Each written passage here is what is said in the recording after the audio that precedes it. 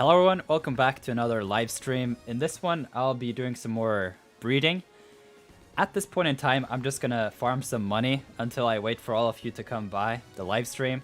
But if you have any questions whatsoever when it comes to breeding, this is the place to come.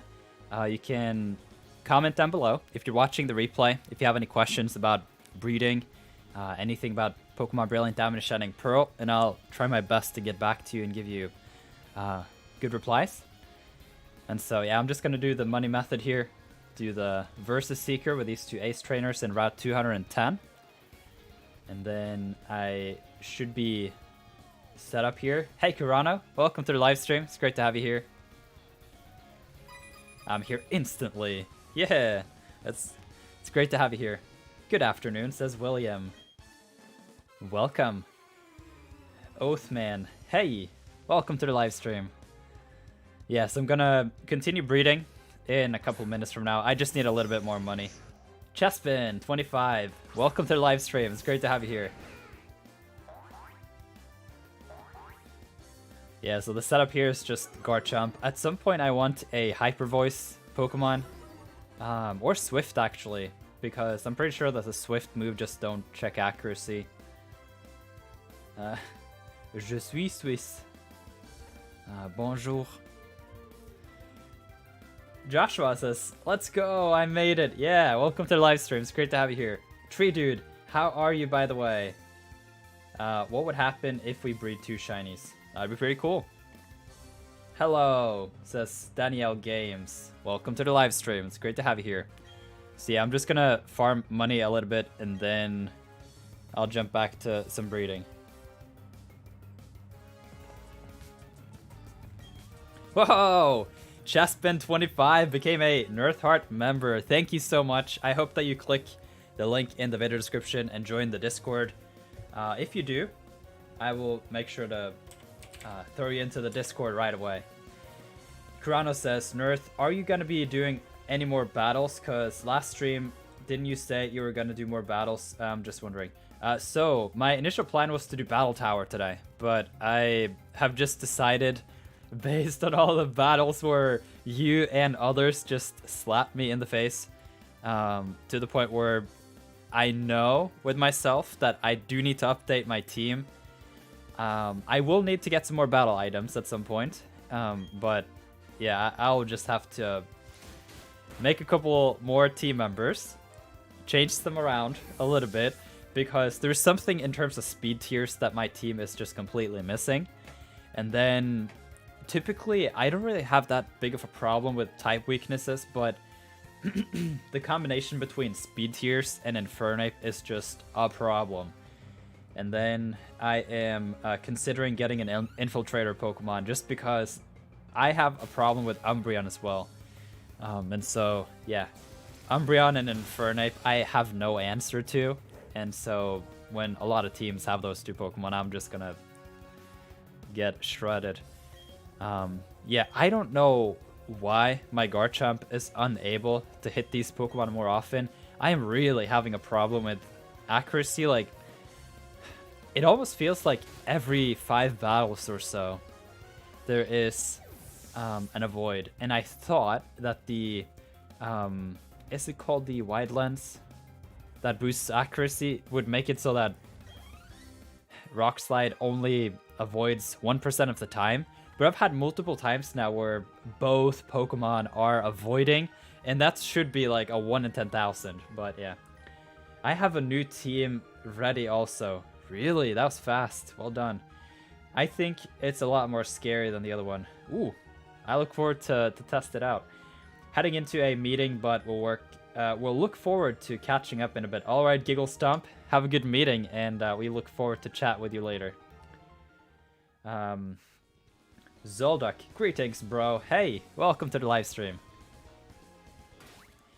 Yeah, so I have just been, oh yeah, I moved the trainer card under here. That felt revolutionary. Like, I don't have to over to get the thing. All right, yeah, I have 200,000. I actually have run into the problem now multiple times where I have so little money that I have problems switching in my Pokemon in the daycare, so I figured I might as well. Pick a number 1 to 6. How about 5? I haven't left work since the last live stream. Whoa, are you having like some serious shifts or something? That's insane. That's a 24 hours. Alright, so I have a held item here on the Pachirisu. Hey, what's up? Welcome to the live stream. We're doing some breeding today. I actually have already gotten the Kricketune. Just because of my YouTube shorts, I figured I might as well just slap Kricketot into the thumbnail. But yeah, I'm not going to breed any Kricketots in this live stream. I got multiple of the ones that I wanted. And so yeah, that's off the schedule for today. But I will be doing breeding, and so like if you have any questions whatsoever when it comes to breeding, yeah, I switched around my boxes here too. I am going to make an updated Pokemon how to organize your boxes video at some point, because I think I've settled in like how to do boxes. Maybe I can give you like the 2-minute kind of just update if you're interested. Like, box systems are so important when you breed over like hundreds and hundreds of hours. Yeah, so this box I've just decided to call Wild Wild West because everything is happening in this box. I drop Pokemon here for trades. When I catch Pokemon, you know, all Pokemon will end up here if you set it to automatic. And then I also breed in this Pokemon because all the eggs will end up here when you have multiple. And then I figured, you know what, I just want the field boxes back up here. And then now that I have played like 170 hours, I only need 2 boxes. I'm so proficient when I do a project, like I can keep it to the Wild Wild West and then put 1 or 2 projects on pause. A Chessman says, do I have to link my YouTube to Discord to join the server? Yes and no. I can let you through manually now that I know that you are a YouTube member, but you won't show up as a YouTube member in the server if you would like that. But yeah, the YouTube member setup is mostly a filter. Once you're in and you follow the rules, you get to keep the access. So you can consider sending me a message on Discord if you prefer that. Hey Taylor, welcome to the live stream. It's great to have you here.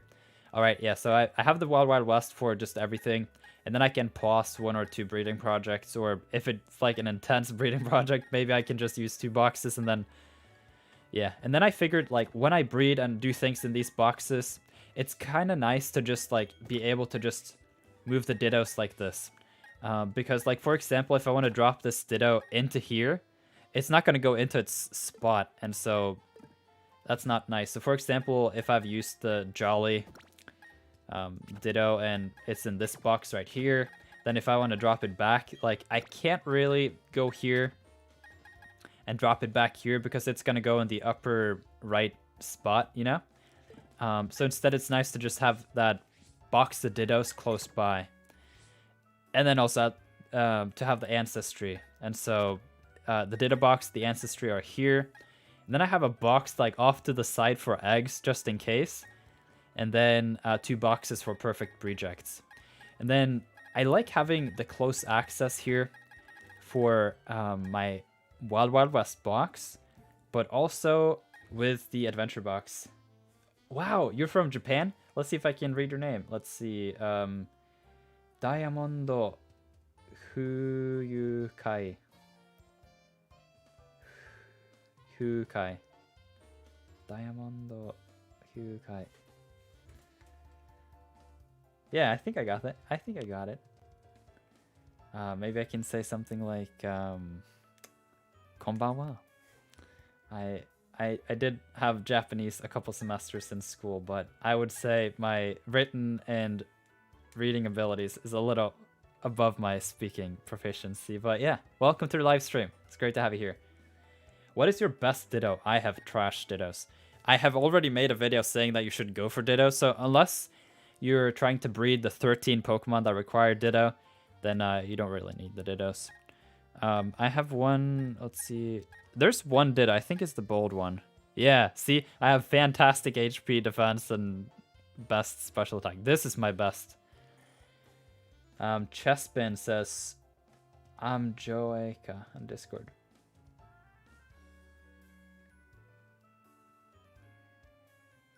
Really? Wait, there's another joke here somewhere. That is funny. Okay. Unless you have 2 users or something. I'm just gonna call you Go, says, hey, what's up? And then, let's see. Was there another message? Yeah. Yo, thanks for that breeding chart video. Saved me loads of time not having to check each group myself. I know. And I feel like there's one detail of that map that people didn't pay much attention to. But that is actually the game changer. Did you see my message, Nirth? Let me peek a look. Okay, right. Let me see now if I can let Joka in.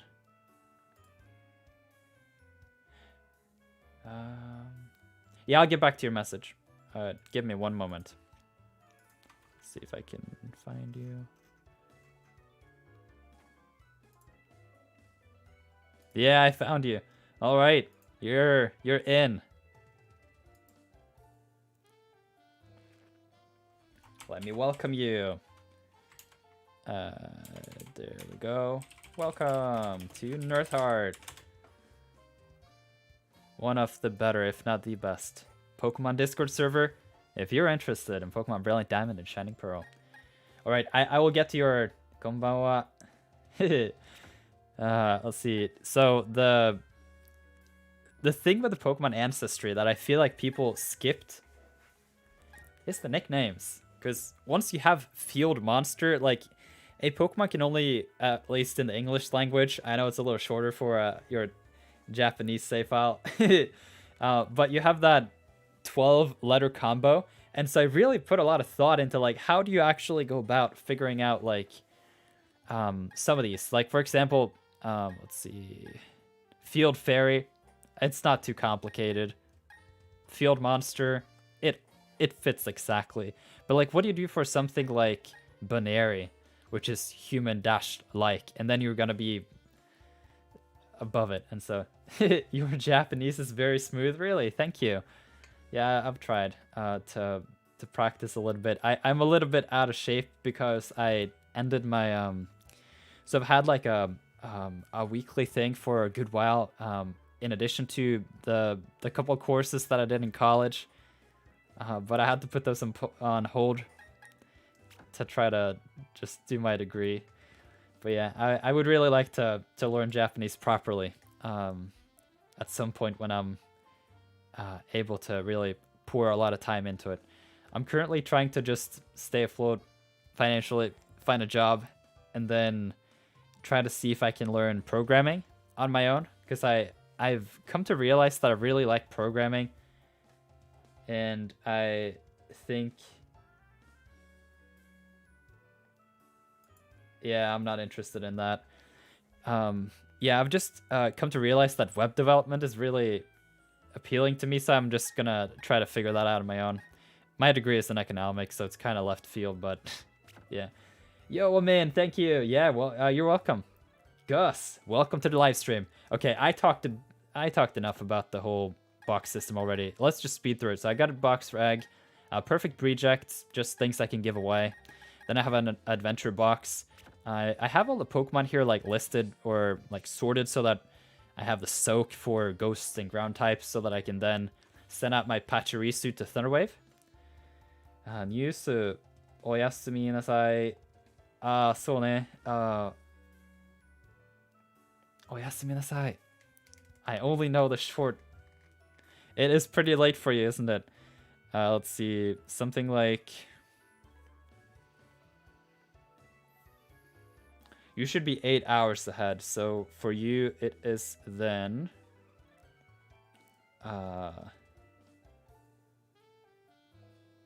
Sanji です。午後3時です。Okay, so, yeah, I have the adventure box just with the abilities like Damp is nice, and Soak is nice, False Swipe, Mean Look. And then I have the Q Charm, then I have Trace, Super Look, Sticky Hold. And then I have tried to get my hands on Harvest and Metal Pool. Those are really hard to get. Static increased the chance of electric types. I haven't seen any post about it not being the same as in Sword and Shield, so I just assume that it's the same. Storm Drain boosts the likelihood of encountering water types. Flash Fire for fire types, and then Harvest for grass types, and Magnet Pool for steel types, and those are the 5 abilities there. Nosepass has Metal Pool as one of its regular abilities. And then, actually, there are only 2 Pokemon with Harvest in Pokemon Brilliant Diamond and Shining Pearl. One is Execute, and the other is Tropius. And neither can be found except with...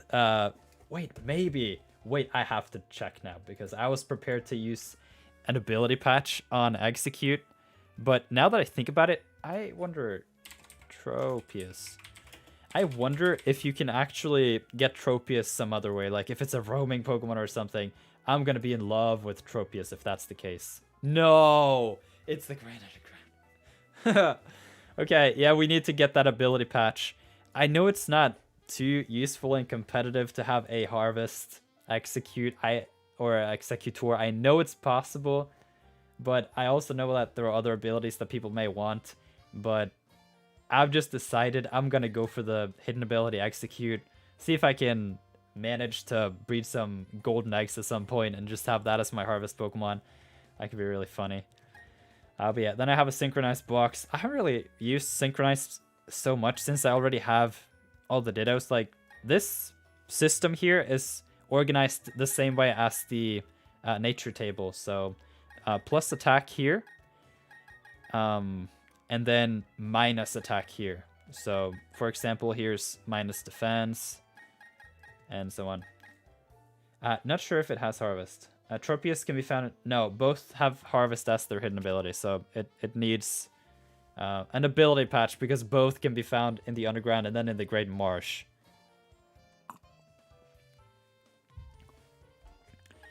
Yeah, and then I have a box for just my own Pokemon, and OTs of my 3 best friends. And then I have 2 boxes now for Nirth Heart, because somehow we have been able to really create a great community in there where there's a decent chunk of players who are like hard committed, like hard stance against cheating, and are also displaying high levels of competency in the games to where I feel more comfortable trading than I was in the past. Like, for example, Greaseball here and Sleeping Dragon. Great players. The Snowy Zorua. Let's see here. Akron said something about the messages. Do I have to link? My 5th team member is Typhlosion. Good number choice, by the way. Alright, Typhlosion is scary. I'm self-employed and need more pounds. The pressure is on. Yeah. Oh, yes. We had the whole conversation yesterday about development and everything. Yeah, keep it up, Sleeping Dragon Gaming. You got it. Let's see here. Yeah, thanks for the breeding chart. No problem.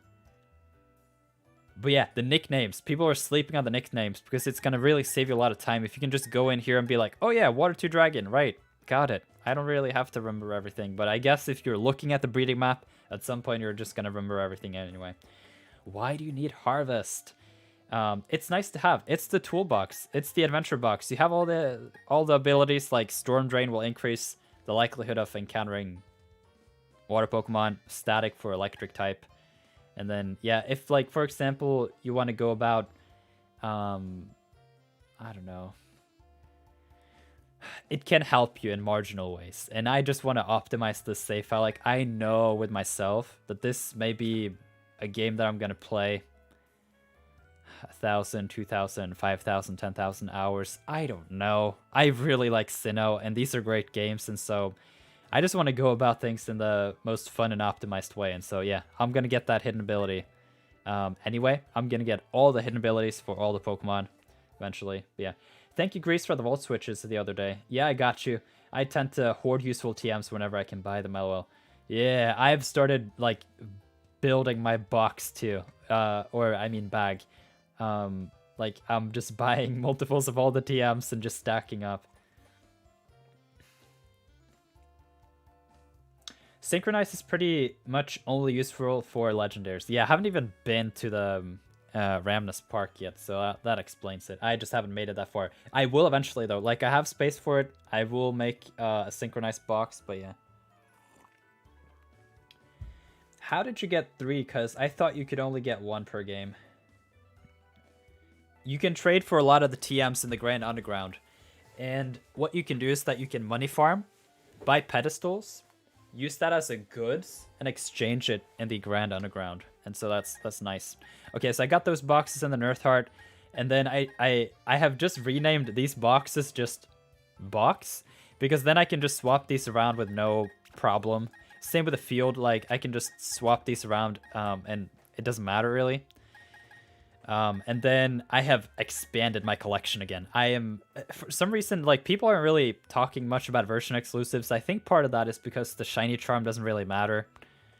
And so, yeah, I have just decided to remove the whole, like, if you watch the how to organize your boxes video that I made, I had a whole section about, like, yeah, this is how I'm gonna organize the version exclusives. But no, I just decided that I'm just gonna organize my collection here. I have a box here for Unknown, and when Pokemon Home comes out, I'm just gonna dump these in there and free my in-game box space. But for now, I have enough space. We have started sorting everything in breeding pairs, as you can see. Most of these have hidden abilities, so I have made a lot of progress. This box, I want to just have all the starters. I think that could be pretty cool. And then, yeah, I know Baltoy doesn't get a hidden ability, but for many of these, I either have a good ability or, at the very least, like Premier Ball. That's what I'm going for in these games. Or the Safari Ball, actually. Would you do any battles during this stream, or would it be the next one? No, I think I've just decided I'm gonna really keep these separate. And the reason is, if you go to the homepage of my channel, and yes, I'm gonna start breeding now. Let's see, what Pokemon was it that I wanted? Can't remember.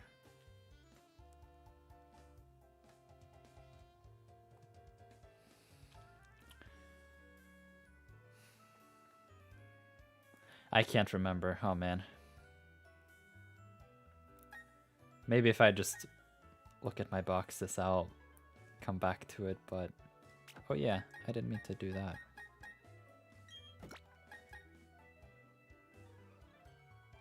There we go.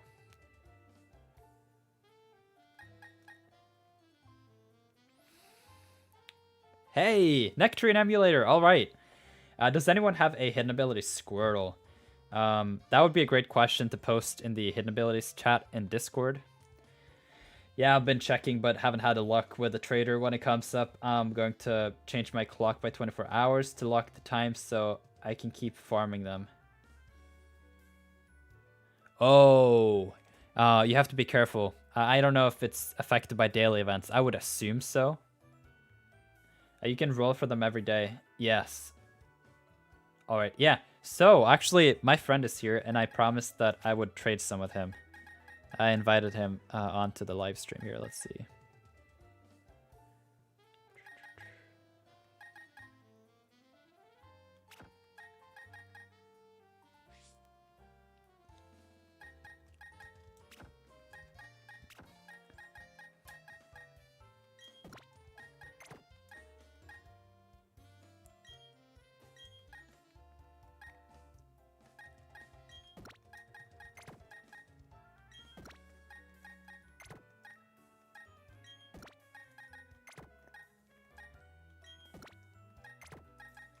Yeah, I don't know how many Pokemon you want, but I got you. Yeah, here we go. Let's see what the Slowpoke is. Ah, those are identical. Okay.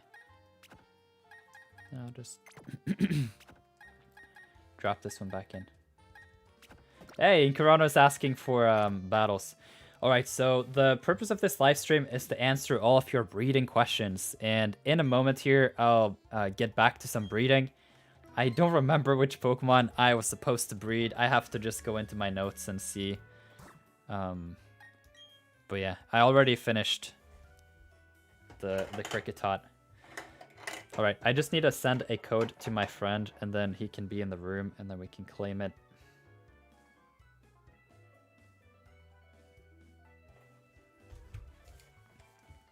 So yeah, Nectarine Emulator, just let me know when you're in the room, and then I can come in. I have 11 Pokemon for you, and you better accept, because I've put a lot of effort into these rejects. Yeah, I don't have a hidden ability Squirtle yet. At some point, I want them all. And yeah, we even have a structure for it in the Discord. For collaborating on those.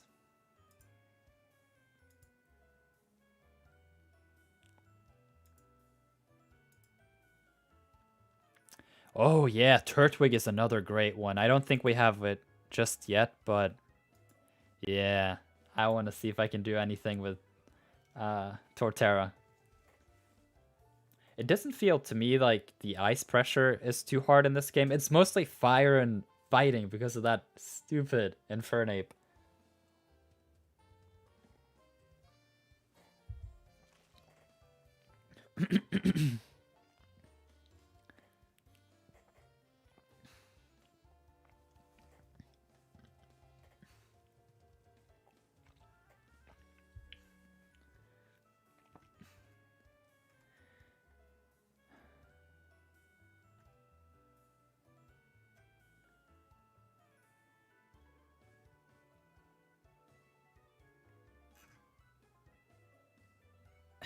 Just say Ronaldo is great.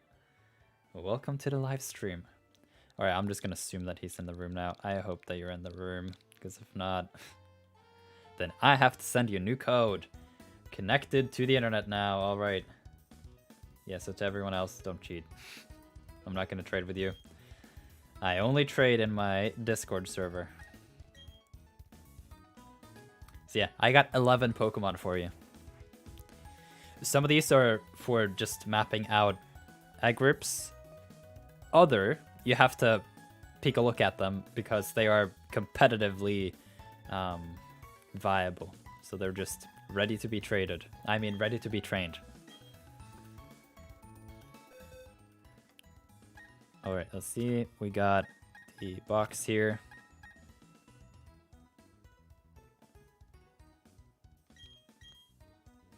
This is the first Pokemon. Oh, Ditto. I'll take a Ditto.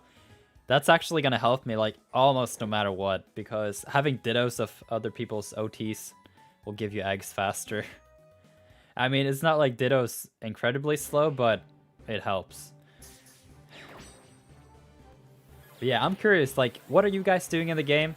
How far have you made it in building competitive teams? Or maybe you're a shiny hunter, or maybe you're just playing the game in some other way. But yeah, I noticed during your last live stream you said your team struggled with Infernape. If I may make a suggestion, maybe try adding a water type to your team. Yeah, I have already bred a Slowbro, or a Slowpoke. So yeah, I'm gonna add a bulky, just max defense, max HP Slowbro, and I think that's gonna make it a lot easier on me. Because then I should be able to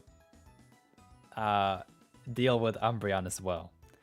I know that some of the Umbreon may have like payback or something, but I don't know, man. It's just one of those things. Like, I'm considering breeding a Crobat or to have some sort of like... But I actually don't really like the whole Quiver Dance thing. I did it in Gen 6 and then I felt like done with it. It was kind of like, Okay, you get plus special attack, plus special defense, plus speed. You do it twice and then you win. And then if you build your whole team around it to make sure that you actually get the setup, then you win. And so, yeah. But the thing, though, is that Bug Buzz is a really good move for Umbreon because it bypasses the substitute. It's a high base power move, and it's super effective. And it's stab, typically.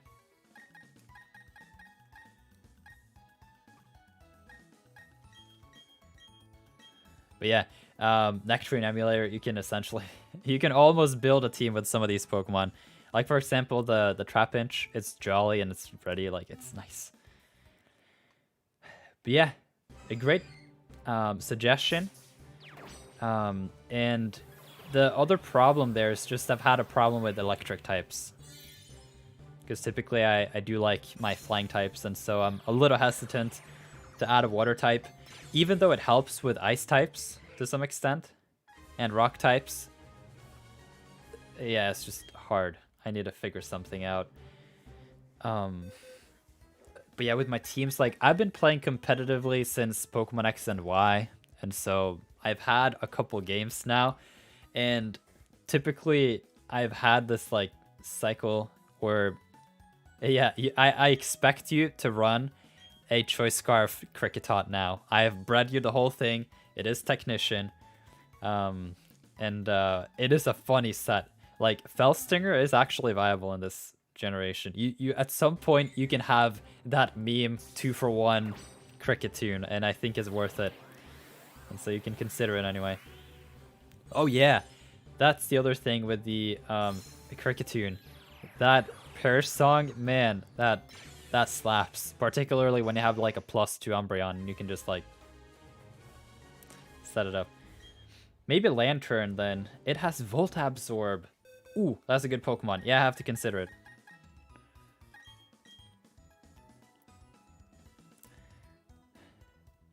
I'm curious though, like I haven't been able to talk much recently. Like I know that you're busy playing Minecraft. I really want to hear how that is going, and yeah, just like what the state of the Mudkip. I don't have the Mudkip yet. Thank you. Yeah, I just want to like know like how's the server going, but I guess I'll be seeing you soon anyway. But yeah, I do look forward to drop by at some point and enjoy some Minecraft. Maybe a Lantern. Yeah.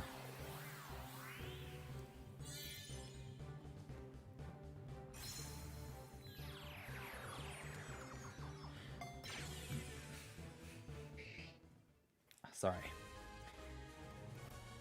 Yeah, but it's nice to have like a close friend group and you can play some together, exchange breed checks, have battles, and just enjoy Pokemon. Oh, I'm getting a lot of Pokedex entries here. Didn't realize it. Okay, and then we got some of these. I think particularly one of my Nidoran males are going to be really helpful. It's already a perfect 6 IV field monster. I was just going for it. I was like, I'm going to get you that 6 IV. Because like once you have a single 6 IV Pokemon in any egg group, you're pretty much good to go. Because your odds are so overwhelming to get that 5 IV or whatever you want. Because it's not obvious that you would want to go for 6 IV Pokemon right away when you start out breeding. Because the thing is, once you breed for a while, then at some point you're gonna get those random 6 IV Pokemon anyway. And then you can just keep those close by, put them in a box, something like that. And then what I was gonna suggest is that once you have a 6 IV Pokemon or even a 5 IV, you can just breed for that specific combo that you want. So whether that is 0 IV for physical attackers, or you want a 5 IV for physical attackers, then you don't actually have to complete the breeding map. You just have to take the specific route that suits your needs in terms of what competitive Pokemon you want. But yeah, back to the topic of my competitive team. It's gonna take a while, man. I will have to fix the Togekiss. Like, my whole team is just a mess. It was built in a cocoon because it's one of those chicken and egg problems. You need a competitive team to have competitive battles, or at least enjoy them to some extent. And you need to have competitive battles in order to know what kind of team you're gonna build. And so, yeah, I need to just get some more Pokemon and then really start banging my head on the wall or on the table, as Nectarine Emulator and I have been familiar with in the past when we are playing a little bit too good. Yeah, and then just have 100 battles, just get utterly demolished so that you can really get a good grasp of what is common in the meta, and also what kind of issues that you're running into. Like, my team is too slow and has not enough setup to counter setup in the meta, so it's a real problem. I also just need the items. Like, Choice Band and Choice Scarf are literally Pokemon in themselves, because they in many cases, define a team slot more so than the species of Pokemon itself. Like, you have a Choice Scarf Pokemon, it makes it fast, and it's good to go. What's nice about this Meowth is that it has Adamant, Nature, and Pickup as its ability, and it's female, and it's in a Premier Ball. I haven't bred it perfectly yet, but I do suspect that in some ways, when you just want to do Eevee training or just run around in the Grand Underground, it's likely going to be a good idea to have a level 100 pickup payday Meowth, because then you can just make, you know, it's not a lot of money, all things considered, but it can be a lot of fun to just have it as an option. With that pickup combo particularly. Are people using hazards a lot in this game? I have come across a lot of screens. So light screen and reflect, and then I had one battle where someone brought toxic spikes. That was annoying, because that broke the focus sash. Because with toxic spikes you get normal poison upon switching, and so my Frostlass just crumbled.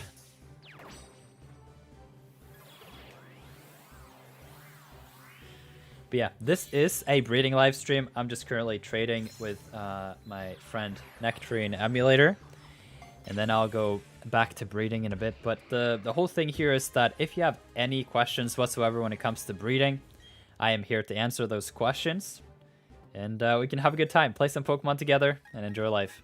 Okay, last Pokemon. 6 IV Trapinch. What's nice about this Trapinch is that it's female and has 6 IVs. That's shiny.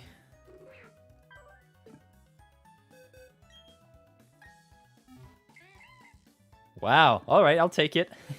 Thank you. Even if you don't use them, you gotta have answers to respect them, in my honest opinion. Oh, like in terms of entry hazards? I mean, yeah, they do mess up your focus sash, they do mess up your flying types, and you need at least to have a response to it. But, yeah, for me anyway, it's mostly just Stealth Rocks, Light Screen, and Reflect that I really have something to address on my team. Wow, I got a shiny Bidoof. Thank you so much, Nectarine Emulator. Really appreciate it. Yeah, that's awesome. It's simple. Maybe I'll level this all the way up to level 100 and just keep it close. Thanks a lot. You're welcome. Thank you so much for the help with my... Yeah, you can see here. This is the Steelix that he gave me, and this is the Golem, Gengar, Alakazam, and Machamp. So if you saw any of those trade evolution videos, this was Walk-On. He was helping me out. Yeah, Nectarine Emulator. A real champ. Okay, so I'm gonna go back into breeding. Maybe we can do some thinking in terms of what I need to do on my team. I feel like I may want to go for a hidden ability Espeon or something with a magic bounce. No. You know what I'm gonna do? I'm gonna hunt for a hidden ability Alakazam. That's what I'm gonna do. Had to pop out. What did I miss? I traded with my great friend, and then I don't know if anything else happened, to be honest. I just need to double check what the encounter rates are for Abra. No, Kadabra. I'm gonna do...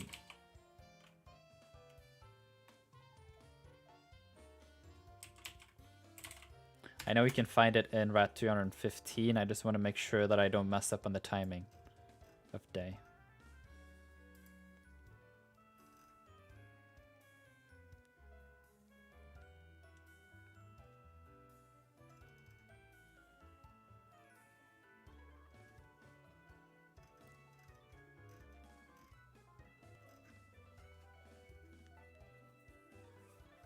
Okay, yeah, no problem.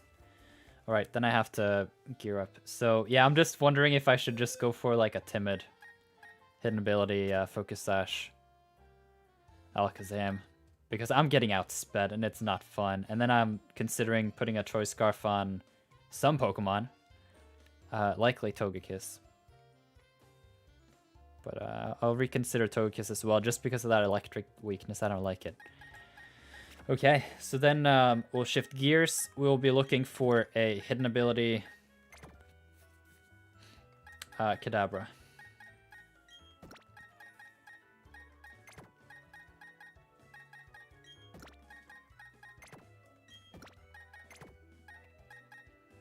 Hidden ability Slowpoke is nice. Yeah, I know.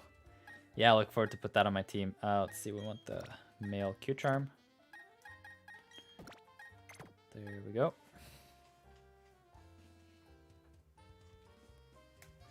Alright. Let's go hunting.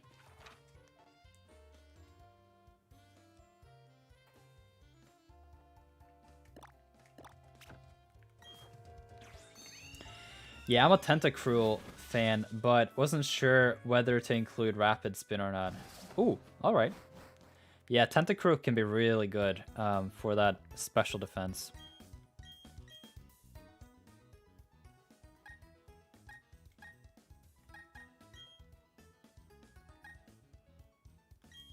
This is why I run out of money, by the way. Good stuff.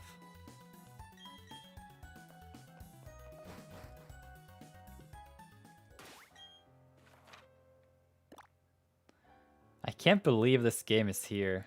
I have waited for a Sinnoh remake for 10 years.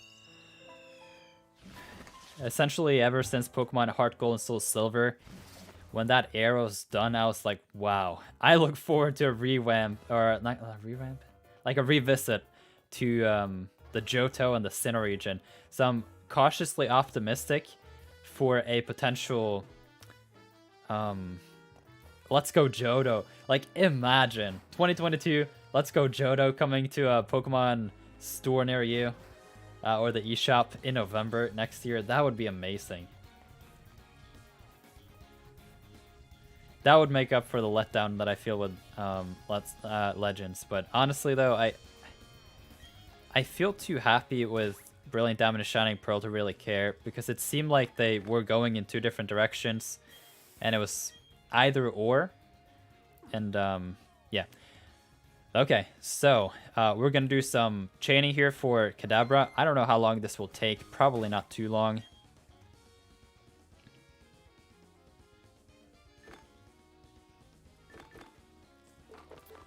We need the Pokeradar. There we go.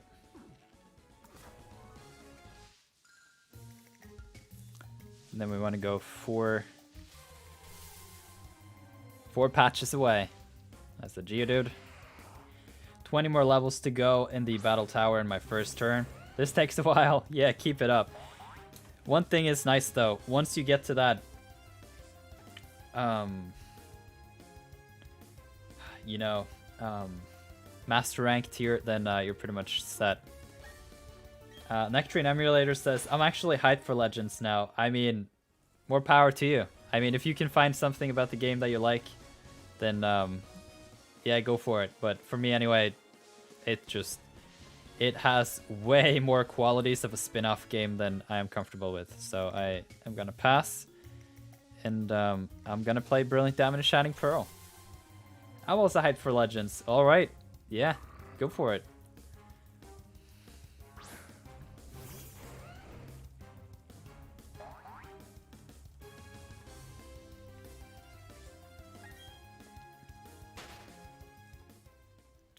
We have an old box of chocolate in the kitchen, and I'm super interested in just going and having a couple chocolates.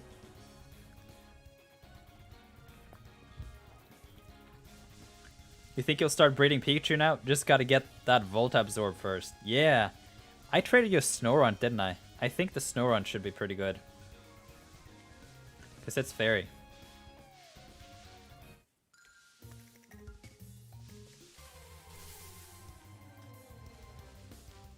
Mightyena back-to-back. That's pretty good.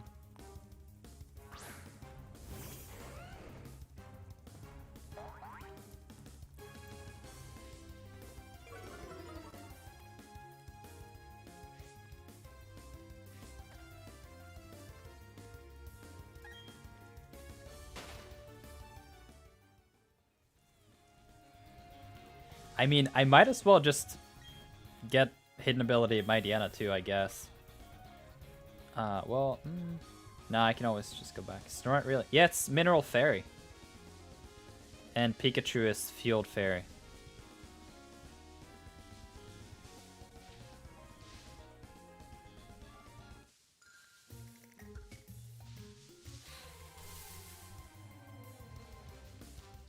Mightyena again. Oh, man.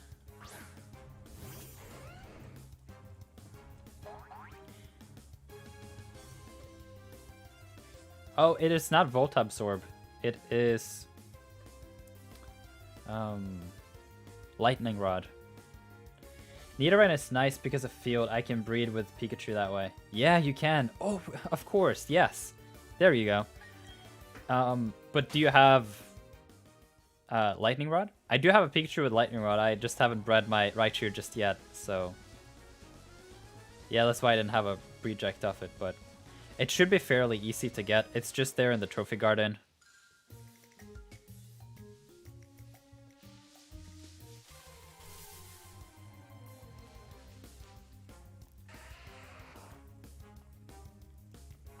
Oh, yeah.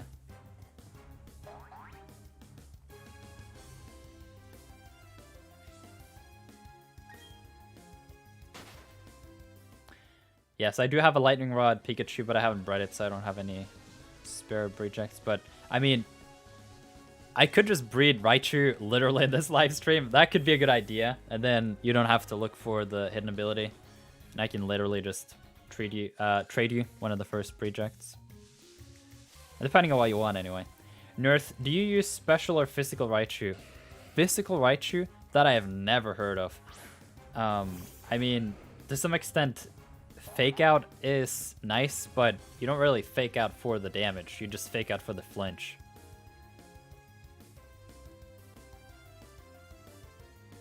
But yeah, I don't think I'm gonna breed for a 6 IV Raichu. I mean, I could potentially go for it, but the problem is you have bad odds. You need to get a 5 IV hidden ability female and then breed that with a 6 IV. It's probably like 1 in 120 or something. It could be worth it, but I don't know, man. Zoldak says, where can I find Ppmax? You know, the big bottle? I've only come across the normal one via pickup. Yeah, that's pretty much it. I don't think you can get Ppmax from pickup. So yeah, you just need to level up your Pokemon, get them all the way to level 100. And then you should be pretty much good to go. Just have like a team of 6 pickup Pokemon and yeah. Physical Raichu with Fake Out Volt Tackle is good. Alright, yeah, I mean, that is a high base power move, so I guess it works, but...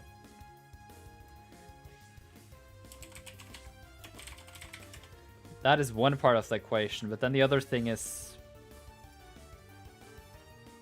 You also want to make sure that you have an advantage not only in terms of super effective and the base power of the move, but also up against what kind of Pokemon you're trying to hit. A lot of the metagame is physical, so that's what people prepare for. I mean, 19 attack is not bad. It's not phenomenal. And also to breed Volt Tackle onto Raichu is a pain.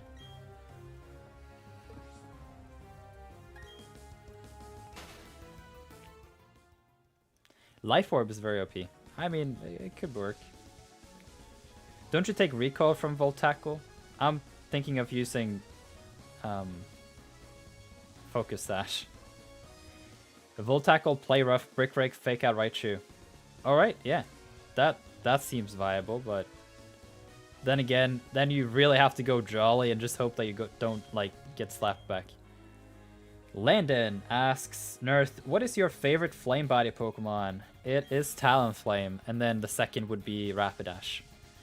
The thing is, there are some parts of the save file that I'm holding on to when Pokemon Home releases. And the other thing about the Pokemon Ancestry that I don't think people have realized is that if you complete the Pokemon Ancestry and you make sure to have 6 Ivy females as well.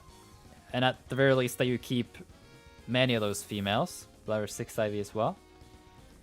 The only thing that you need to do in a parallel save file setup is that you need to make it to Solaceon Town, and you have to bring some pickup Pokemon along the way so that you can grind for a Destiny Knot.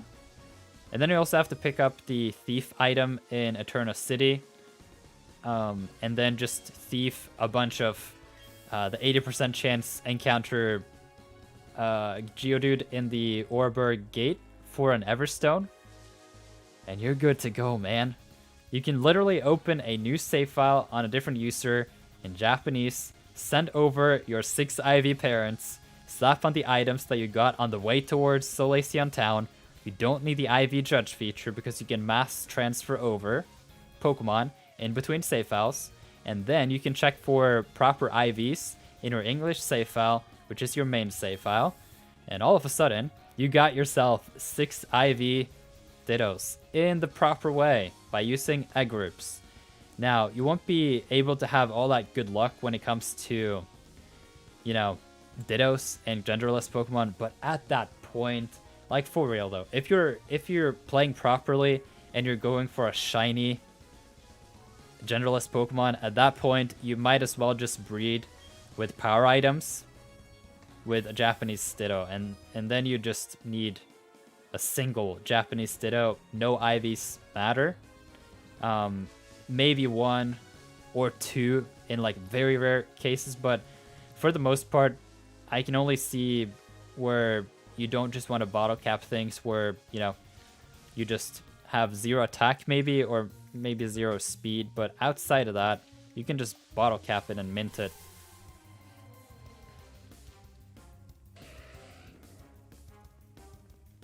If you're going for the shiny and using the Masuda method.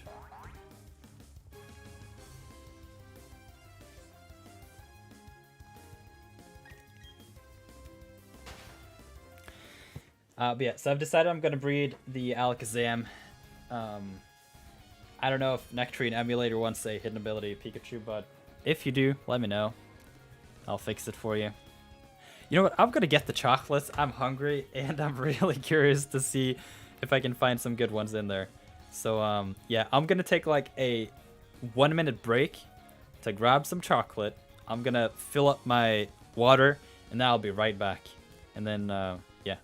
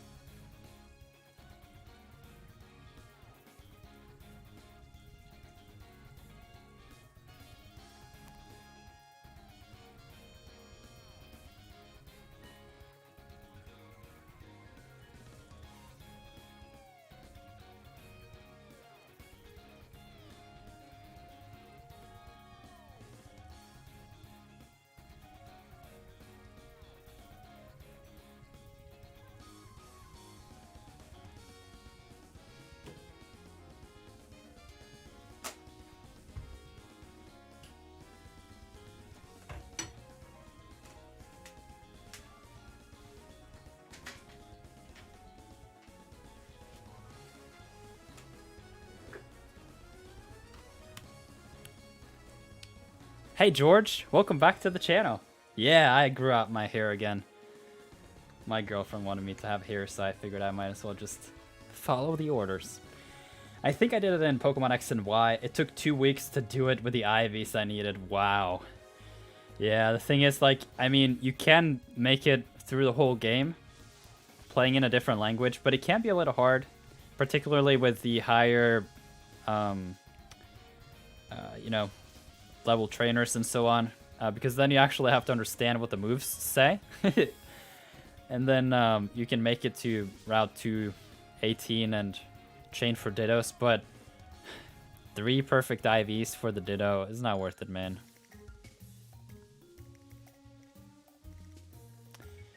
Unless you want to do something big brain and breed for a 5 IV English Rotom, for example, and have a 3 IV English Ditto, and then you send those 2 parents over, and then you breed for a 5 IV Rotom, take that back into the English save file, and then you have the 3 IV English Ditto and the 5 IV Rotom. I think that's the way to go, but yeah. Essentially, I should have laid, like, I have laid out the roadmap on how to go about, yeah, breeding everything in Pokemon Brilliant Diamond and Shining Pearl. That breeding map is bonkers. Your hair looks so good. I'm on lunch break, lol. Thank you. Yeah, thank you, yeah. I do need a haircut soon. It is very fluffy and all that, but anyone like to battle? Don't know if anyone responded to me before. I honestly, Chrono, I don't know what's up with these games. I think part of it is the massive wave of cheating that just destroyed the interest of proper players to some extent, and then I think we're gonna see a revitalization of the games in Christmas. So I'm kind of just preparing for that in terms of video making and just having all things ready. And then those who are like in that mid tier, I think people are just not ready with their teams yet. I did put a poll in the live stream yesterday, and for those who actually came to the live stream, it seemed like there were a lot of people who didn't have teams ready. Oh, we got a hidden ability. Let's see which species it is. It's the Mightyena. Alright, I guess it's fate. Okay, let's taste this chocolate.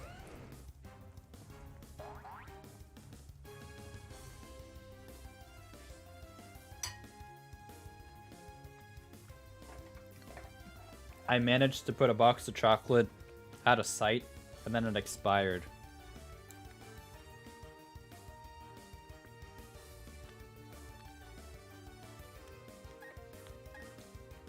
Joshua says, any tips on staying productive in school while remaining a legit Pokemon player that grinds for hours? Yeah. I have great tips. Interact in the Discord and really establish a good trading economy.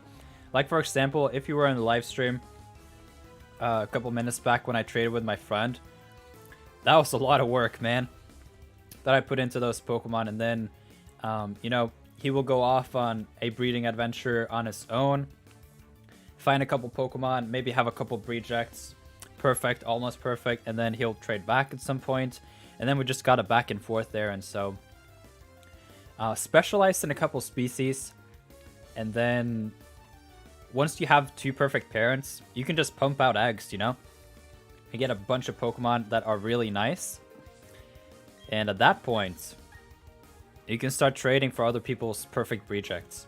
And not only that, once you have a properly established save file, you can do so many cool things. Like, you're part of the Discord, you will see in news what I'm about to do in the next couple of weeks. But yeah, once you got a proper save file, you know what you're doing, you can start pumping out battle ready Pokemon, and it is literally like a production line when you're really proficient.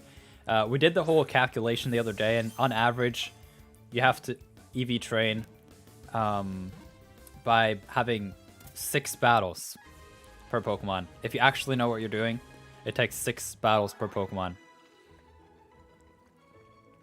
So I look forward to having some insane live streams here in a couple weeks. You're going to be blown away by how many Togekiss I'm going to breed.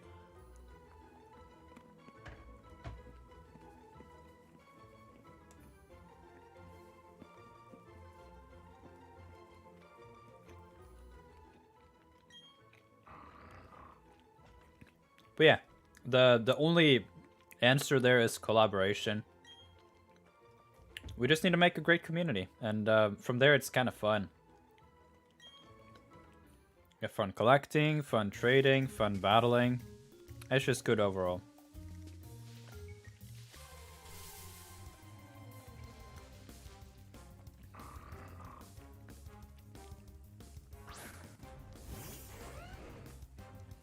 Oh, Gus says, is your girlfriend into Pokemon like you?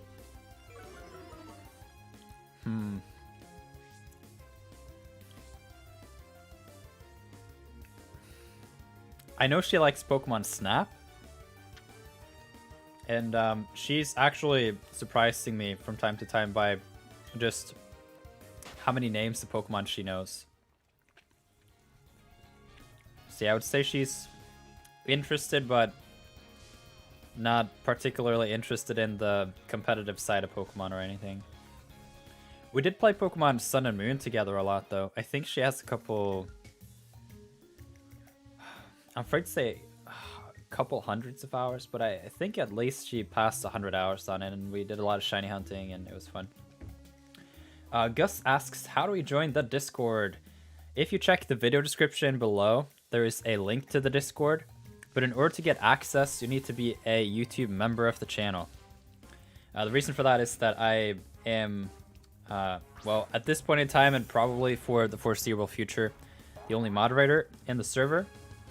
And I really put a lot of effort into organizing things and making it a great place to be if you are a passionate Pokemon fan and have a strict stance against cheating. And having that slight paywall is a great help. I once had a public free access server that grew to 20,000 members. It had problems. It had growth problems for one, but the main issue for me anyway was that there was no way for me to enforce people to play properly, and it just kept being like dumb scenarios in the server where people were like, oh yeah, I have like 500 Master Balls, I totally got them legit, I just traded and just took them off random Pokemon, like what's the problem with that? Things like that. And then yeah, at some point like I just decided I was done with that whole endeavor, and then I was thinking like, man, just like having a proper community is so important to actually enjoy Pokemon. So then I, like a little while later, decided, you know what, I'm just gonna try over again, invite back some of the people who've been patrons and that I know actually play properly and all that, and then just put it behind a paywall. And then the thing is, once you're in and you follow the rules, you have to keep the access, and that's nice.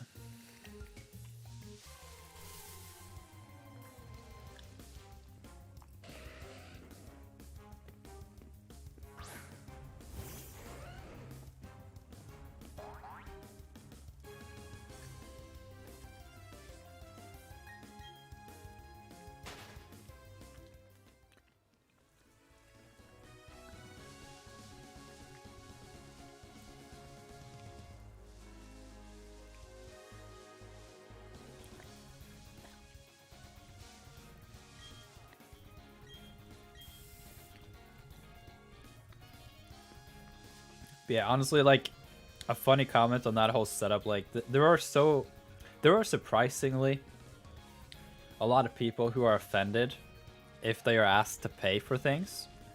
And I have found that there is a huge intersection, whatever you want to call it, between people who get offended by having to pay $2 to join an online community, and the kind of people who just give you a hard time running the community in the first place. So yeah, it's kind of a no-brainer. Like, I have tried both now, and I can tell you that it's way better.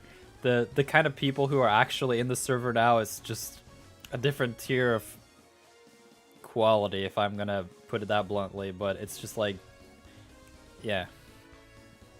The other thing with the price is that I have a mechanism of actually controlling the volume of people that join in. Like, let's for example say that I have like a serious growth period where there's just a whole lot of people joining, and I can kind of feel that the level of things being unmanageable like is kind of creeping close. I can always just increase the price. It's a once and done deal, and I can always just, like, for example, change the current tier from being become a Nirth Heart member and you get an invite to the Discord to just, this is support only. And those of you who are already YouTube members anyway, like, you have access to the Discord, and nothing changes there. And on the other end, I can then just make a higher tier, like $3 or $5 or even $10, depending on like what happens. And just like, yeah, now that's the new price. And man, it solves so many questions. I just cannot explain where to begin. Ooh, critical capture. Oh, I need to get the catching charm at some point.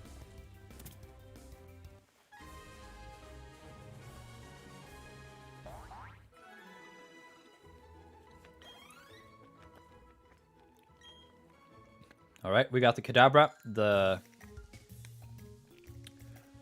grind begins.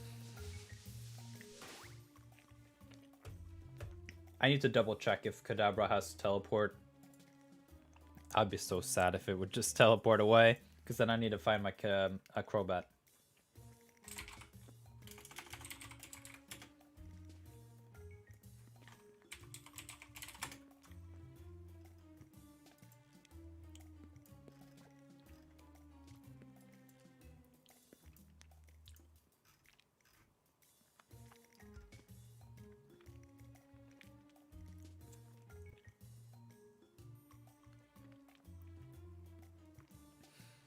It may actually have it.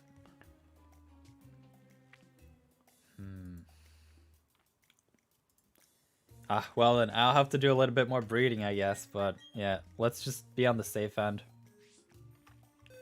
Make sure we do it properly. Is there a list of steps required to hatch each Pokemon? Fried Frisky just subscribed. Thank you.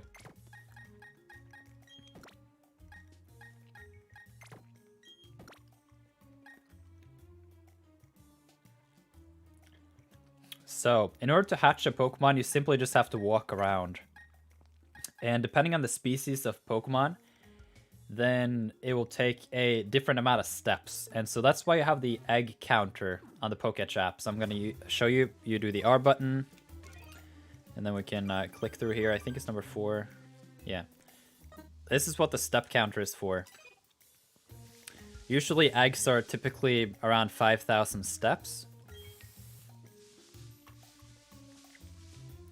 And for something like the Pokeradar, it is 50 steps to recycle it, or reset it. Recycle.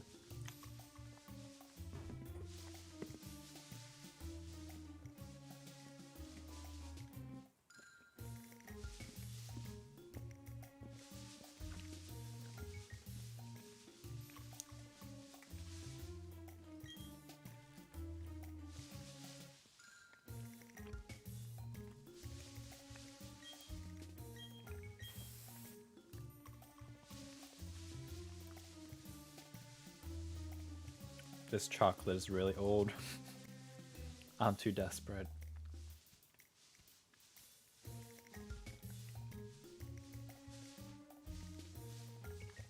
Yeah, that's a good suggestion.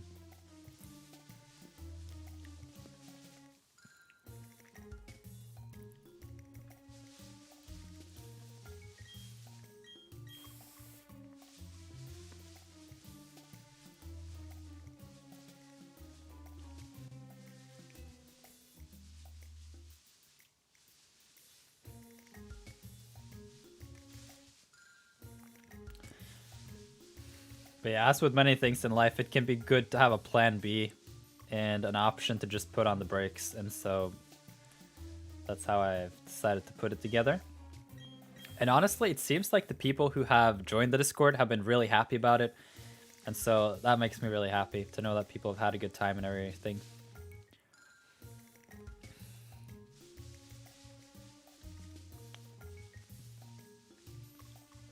A lot of people actually end up just being a YouTube member for a good while once they are. And so that's nice to see that not only is it a good offer initially, but that people are happy along the way too. This is kind of a good metric to look at to figure out like if people are having a good time with what is offered and so on.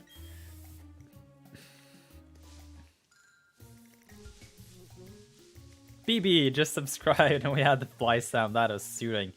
Thank you. Welcome to the channel.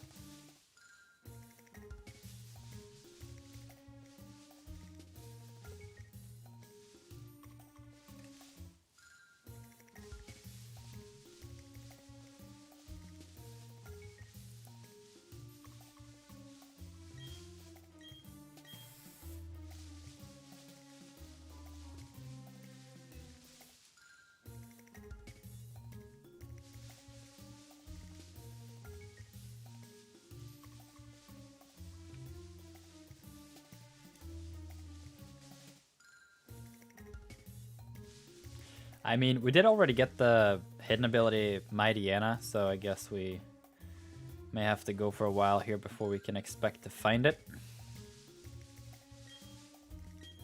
But then again, on average, it should just be like 28 resets or something.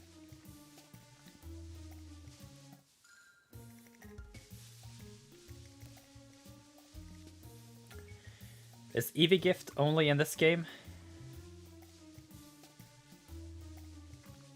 What do you mean by that? If the gift Eevee is the only way to get it? It is possible to find Eevee in the Trophy Garden, and you can actually use the Poke Radar there to get its hidden ability.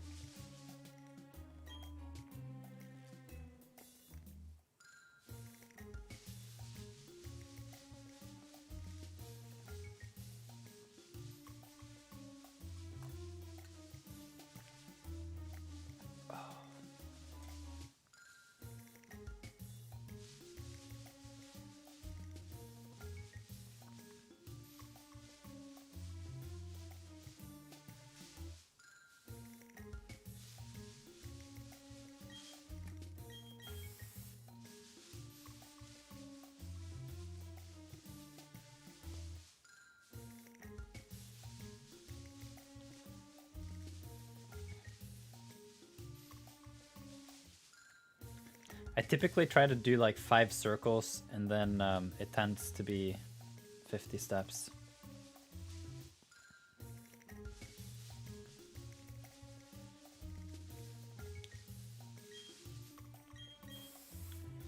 Oh, we have already found hidden ability Eevee in the servers. It's just to put a trade request in trade, and someone will come and help you out.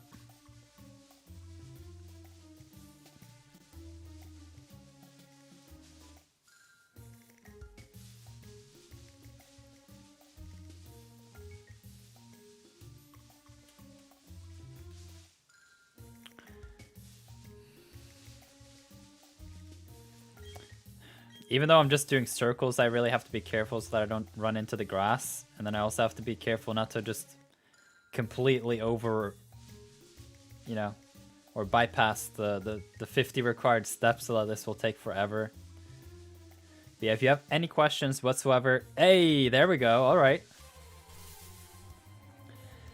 So if you have any questions whatsoever when it comes to Pokemon breeding, you can put those in the live chat and we can discuss them. And then if it requires any detailed step-by-step process, then I can also showcase it live.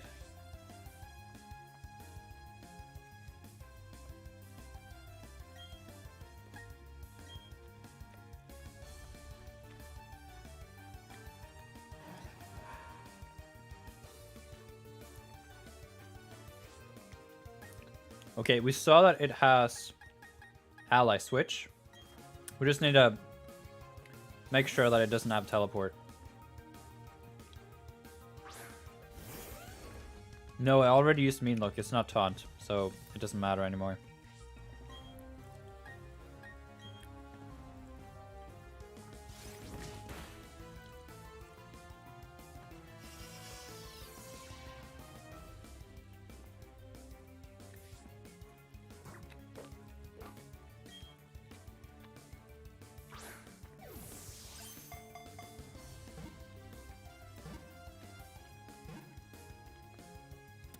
Eating this chocolate makes me wonder how it was supposed to taste.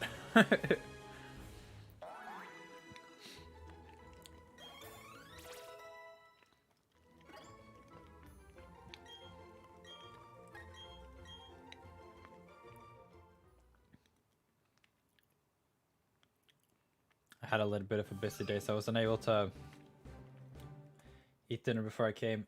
Taylor says, so can you just chain one mon and then keep resetting the radar until hidden ability grass serves up? Yeah. It's the flat one in 128.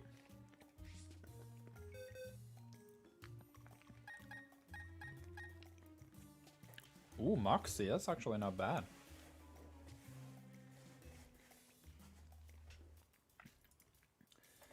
Okay, I'm just gonna log these hidden abilities real quick so I don't have to do it later. We found the Might. Mighty and a Moxie ability, alright.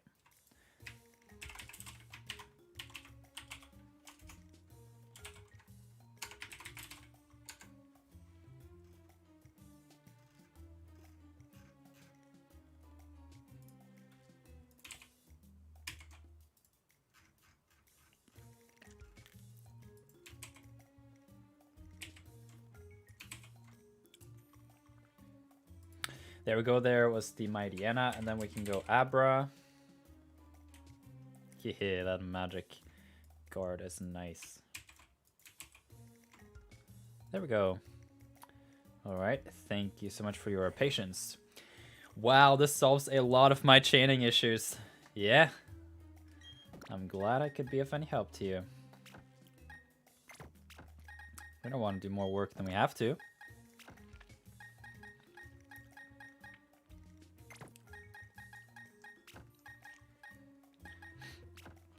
Okay, let's get back to breeding then. What this live stream is all about.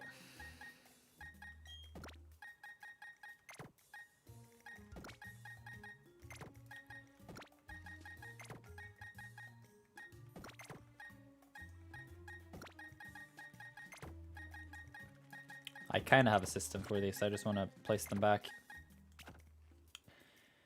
Alright, so what steps do we follow here?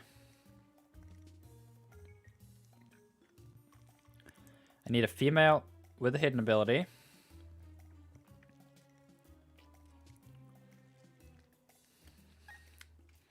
And timid nature.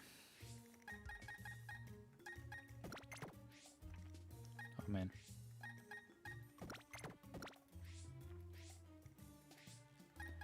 There we go. Then I have the items on the Pokemon that are in the daycare or in the nursery already. Ah. When they changed it from the Pokemon nursery to the Pokemon... No, the Pokemon daycare to the Pokemon nursery, that was the hard one for me.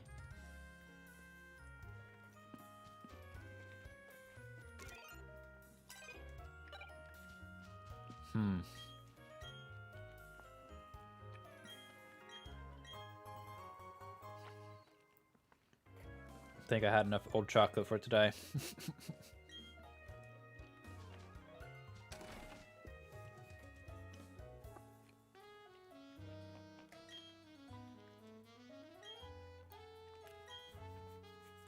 How did I do it again? I don't have enough money.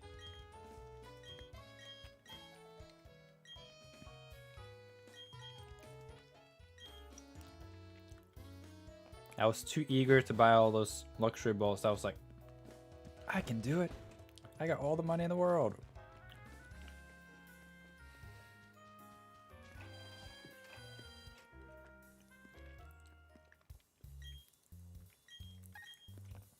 Guess I just have to sell some of them now. Because this is how to money.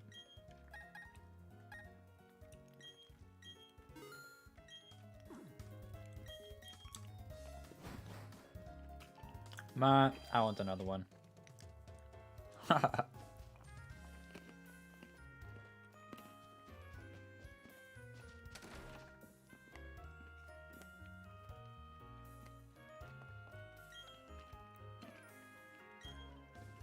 Bad idea.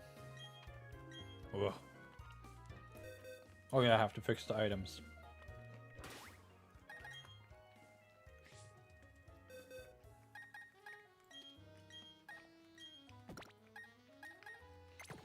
I'm just starting breeding a hidden ability Alakazam.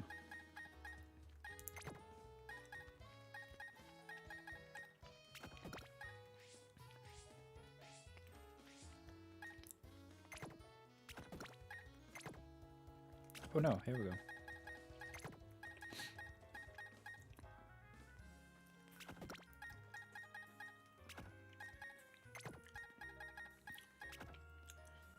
But yeah, so if you want to see the whole process of how I breed, this is it. Alright, we got no perfect IVs in this one. We got pretty good on this one.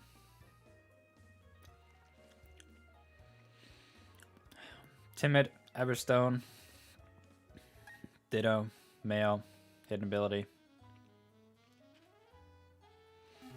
Alright, so now we need to get that 20% chance of having a Hidden Ability female.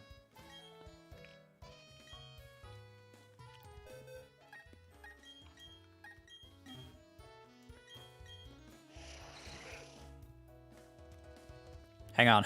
I actually don't know if I have the parents for this.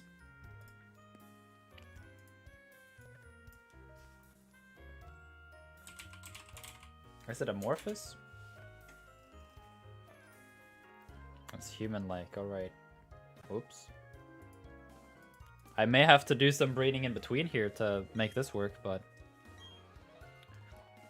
guess you'll see the process of that as well.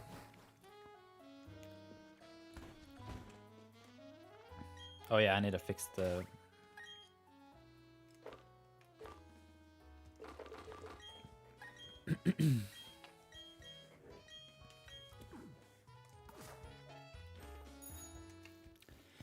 Here we go.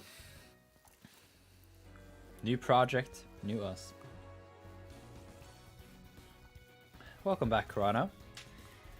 I've just slapped in the Hidden Ability Kadabra in the nursery with a Ditto that is timid.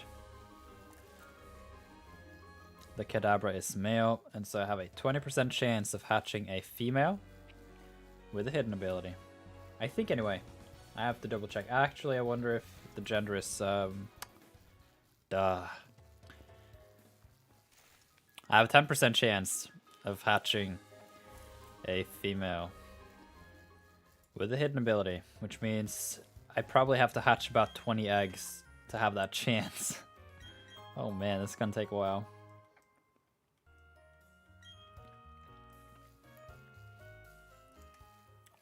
I may actually have to breed a binary.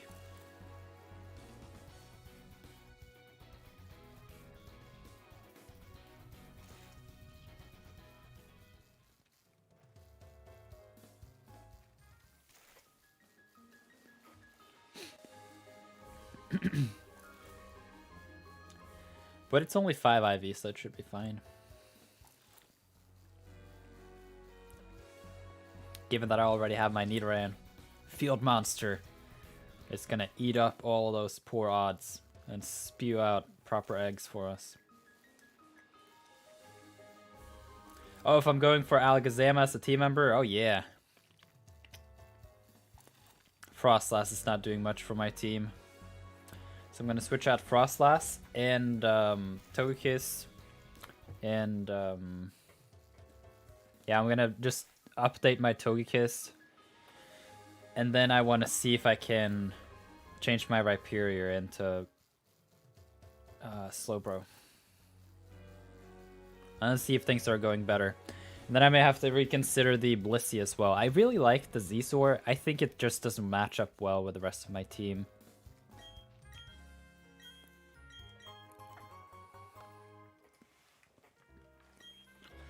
But yeah, with those changes, I think I have addressed the bigger problems in terms of momentum, speed tiers, and items. So we'll see. Wait, is it 5,000 steps for Abra? Yes, it is.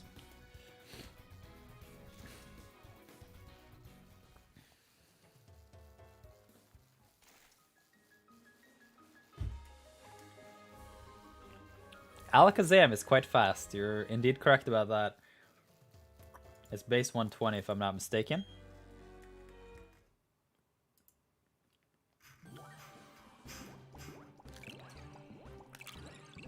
Yeah. All I want to do is make my jump off. Go for it, Sleeping Dragon Gaming. I know you said you had quite a bit of work, but I hope, well, I look forward to when you have finished the Jump Luff, and I cannot wait to have a battle with you sometime. That's gonna be a lot of fun. I also look forward to have a friendly competitive spirit in Nirth Heart in the battle chat. Like, for example, Karano has just really marked his dominance on me in battle. He's just slapped me. He even said in the chat, oh yeah, I didn't want Nirth to feel bad, so I let him take out one of my Pokemon. Oh man. I feel like that set the mark of just how poor my team is. When people start feeling bad about 6-0ing me. So yeah, I have a little bit of time that I need to spend to adjust to the Brilliant Diamond Shining Pearl metagame. But after that, I think it's going to be fun sailing. Not necessarily smooth, but it's going to be a lot of fun. No, I thought it was incredibly funny, actually. So keep it up, Karano. Build good teams and, yeah, contribute to... If I was still strong?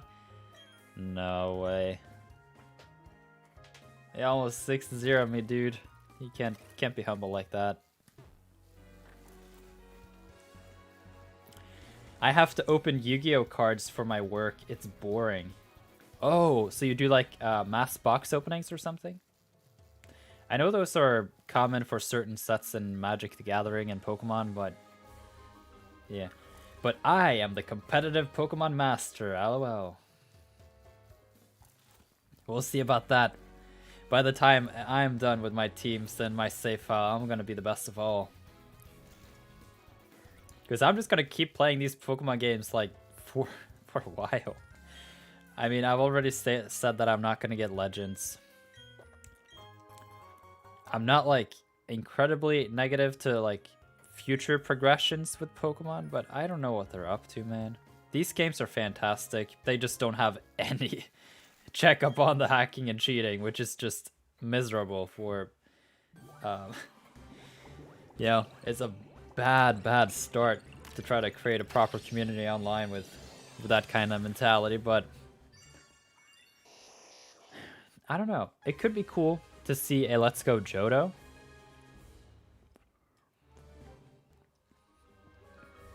Yeah, Karano has been asking for battles many times in this live stream, so yeah, get connected and enjoy it.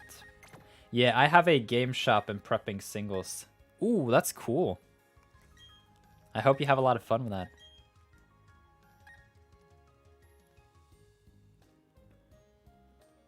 I dare you to challenge me when your team is completed, Nirth. I shall beat you. Oh, I meant more so in the sense that building teams is an iterative process, and it's going to take me a while to really get warm to this meta. And then,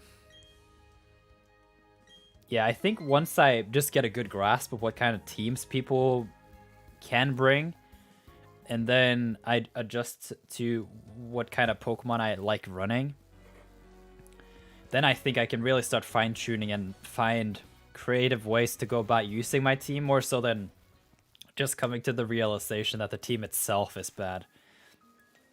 Most times it is that you as the player is not doing a good job with the team.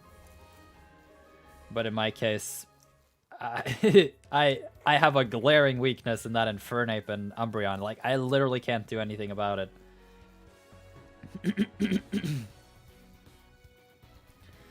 I want to fight to the death. I don't mind how long it takes. I hope we can have some friendly tournaments down the line. I've never been in one. Yeah, sure. It would be fun to breed some prizes too. For the winners.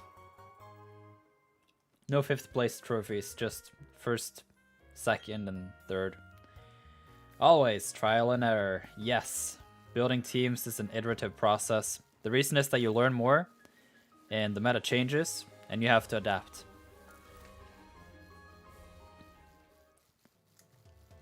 Oh, we're getting a lot of eggs now. That's awesome. If you haven't already subscribed, you can do so by just taking the clicker right over the subscribe button, and then we'll be one subscriber closer for each one of you who are subscribed to the channel towards that 100,000. I think it would be really cool to have the silver play button, and so I'm gonna go for it. To some extent, subscribers don't really mean much in today's environment because the algorithm has a huge just grip on things in terms of distributing content. The sub feed doesn't matter much anymore. In many ways, it actually hurts you. And so to some extent, I'd rather just plug the YouTube memberships feature instead, to be honest. But I don't know. I feel like I've talked to a lot of people throughout the years, and for the most part, people say like, you're a proper creator once you pass that 50,000k or 50,000k, 500 million. Yeah, when you pass that 50,000 subscribers mark or the 100,000 subscribers mark, just have a milestone. And then I would say, for the most part, I don't really care much about numbers, but it could be cool to have that six-digit subscriber count. Corona, would you like to make a code, or should I? Whoa! Yeah, that's one of those, you've been a YouTube member for a long time now. Yeah. I was like, we got another member by talking like that? Let's see. Kirano has been a YouTube member for 7 months. I shall be a member for eternity. Nirth is our god. Well, I think I would like to reframe that a little bit. I am a fellow Pokemon fan. We are all Pokemon fans in this live stream. There's a slight difference. I do make videos, and most of you probably don't, but outside of that, we're pretty much on equal grounds. We play Pokemon and have fun. So, yeah, I'm not a god, but I do like making videos. The only god I know of is Bidoof. Yeah, DY is talking the real stuff here. But thank you so much for being a YouTube member, though. I really appreciate it.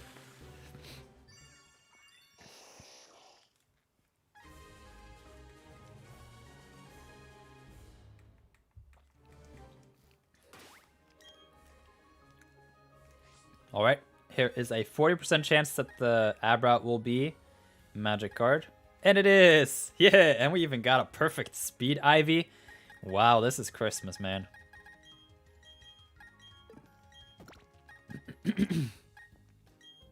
Ooh, Timid Synchronize.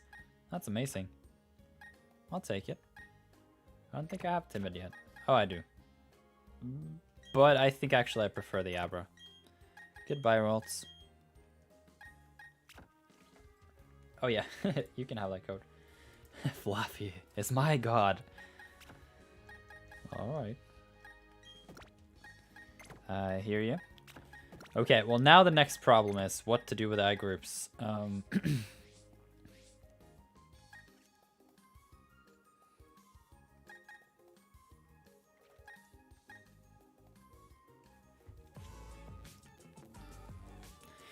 Gus Lightyear, thank you so much for becoming a YouTube member and welcome to the community. You can check the link in the video description to get access to the Nirth Heart Discord server,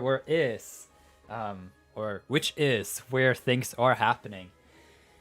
I can let you through if you don't want to connect your YouTube and Discord accounts, but if you want to just do that, then YouTube takes care of most of it automatically. You'll be sent to a chat called Lobby, and then I'll just let you manually in. And so if you connect those accounts, let me know, and I can let you in pretty much right away. Okay, let me think here. So, Binary is Field Human. No. Yes, Field Human-like. And we can use the Nidoran. So we're actually going to start a parallel breeding project. So you can see now that I have the Magic Guard ability. It is a female, it's in a Luxury Bull, it has the Timid nature, and it has one perfect Ivy. At this point, I am more interested in a smooth and fast process, which means I'm going to dump off the eggs. And I am going to just sell a couple more Pokeballs so that I can really do a lot of switching. Man, money.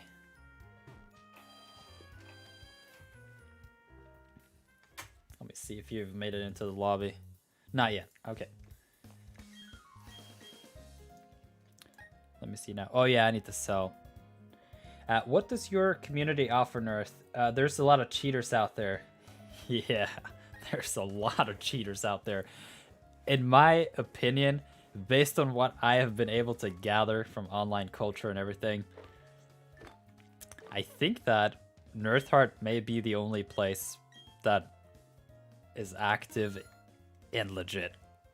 I am also part of Realistify's Discord, which is the only other place that I actually have any thought of it being proper.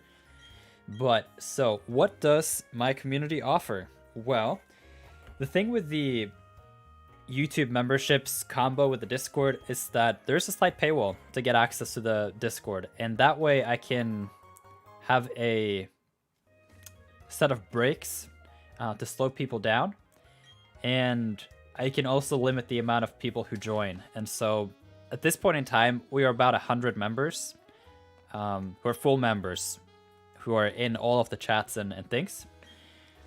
And yeah, I think actually if you read the video description of this live stream, it lines out the philosophy, the thoughts behind things pretty clearly. And then one of the sentences there is pretty important to me, and that is that there are a few members in the Discord, probably a handful, like 5 or 10 or something like that, who've dumped 150 plus hours into these games already, who are really passionate about Pokemon and also doing it legitimately. And so at the very least, what my community can offer is a handful of players who are really passionate about the game, are at different points in time in terms of learning everything there is to know about Pokemon. But overall, it's friendly. It is a lot of good trading going on in terms of helping each other out with the Pokemon Ancestry. And I am fairly active myself, as you can imagine, as it is my Discord. And one of the really good strengths about the Discord itself, more so than just the kind of people that you can get to know there, honestly, is the resources chat. That thing is on fire. Oh, you're in the lobby? All right.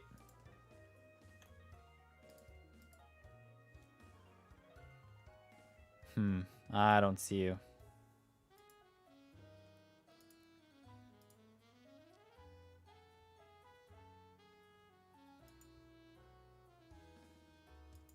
Whoa, that is strange. Oh yeah, you have to go to README first. You have to go to README, and then no, actually you have to go down to agreement, and then you have to click yourself through. Yes, yeah, so go to the hashtag agreement chat, and then you have to just, we have some bots, or I have anyway, some bots that log messages and so on, which help me moderate. And then Discord's terms of service say that all users have to expressly agree to the usage of those bots. Okay. Let's see. So what do we want to do here?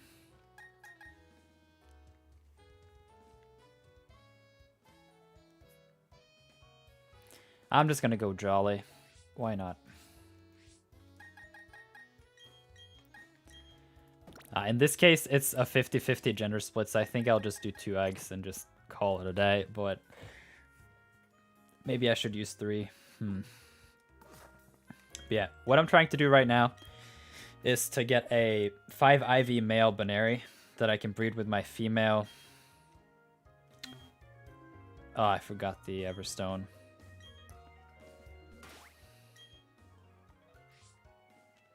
But yeah, I don't have the human-like egg rip yet, so I just have to cover that.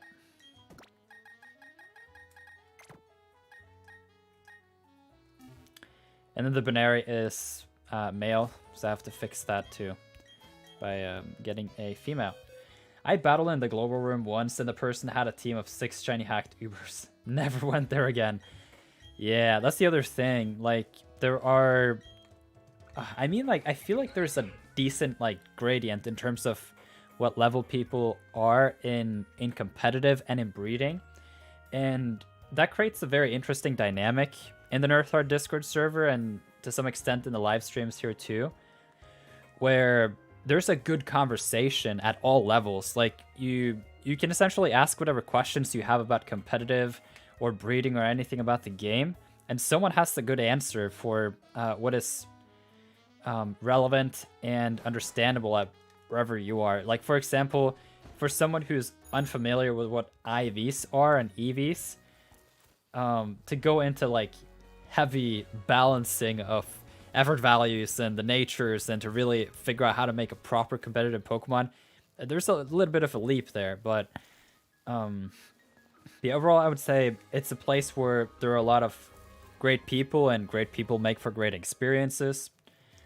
People have various expertise levels in terms of the competitive, which I've said a couple times now, and then yeah, we also have a good collaboration going in terms of mapping out the hidden abilities. We have a separate Google spreadsheet, which is only available in the Discord,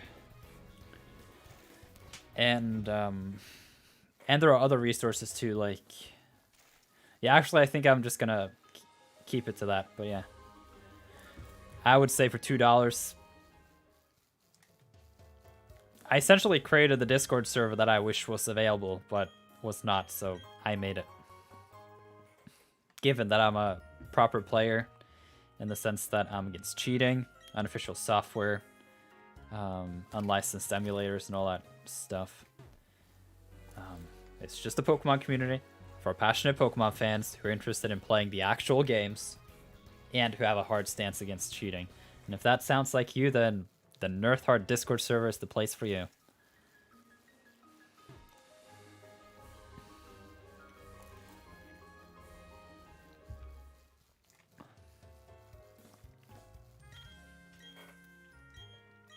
Those chocolates was like a curve. The first chocolates were amazing, and then the last chocolates were just terrible. So I feel like the whole experience was just net zero. Like, I got a little bit of food in my belly. That's it. Okay, that was too many. Now it's way too many. If I don't get a female Banary in this, I'ma cry.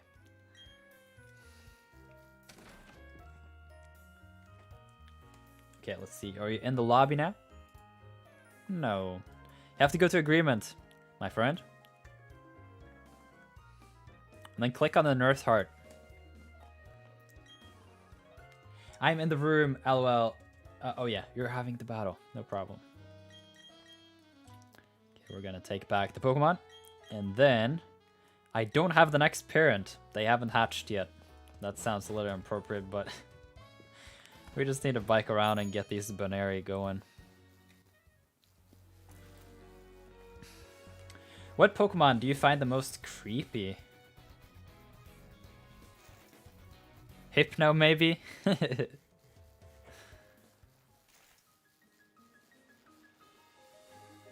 Yeah, I think that's my answer. Sorry, I messed up.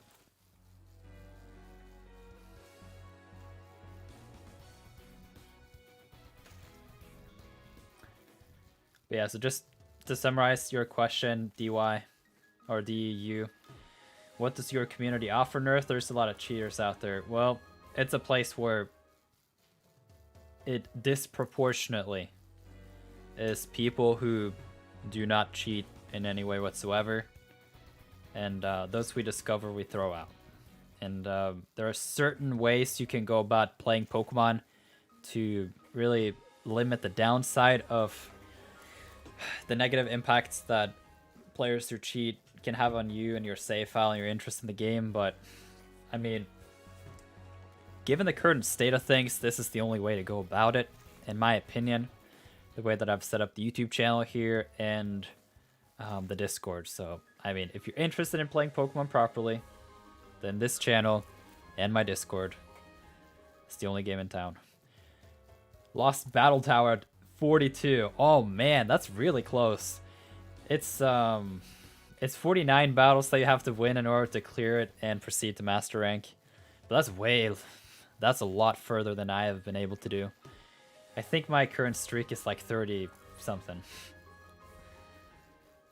I think once I've made my better Togekiss and Slowbro and just had a little bit more battles, I think I more so will be able to just get further and potentially just get some battle points. Peter says, do you have a guide on what Pokemon to use in the battle tower or any advice? So based on what I have been able to gather, Gyarados seems to be a Pokemon that a lot of people are using. A lot of people are opening with Gengar. And then there was another good Pokemon, I can't remember. Honestly, there have been a lot of conversations about this topic in the Nirth Heart Discord server, so you may want to consider becoming a YouTube member and joining the Discord and ask that question there. There are a lot of people in there who are way more experienced than me in terms of the battle tower, as I haven't put enough time into it myself yet. Like, for example, I don't know if you're here still, Greaseball, but you seem to have a pretty good idea of how to play Pokemon and how to do the battle tower, and so yeah, maybe you want to drop a few cents in the live chat here, or maybe you want to just save it for the Discord, but yeah, it is something that we have been talking a lot about in Nirth Heart. All right, you're through. I will give you the Nirth Heart roll. Get rid of the new roll. Gus made it through. Welcome.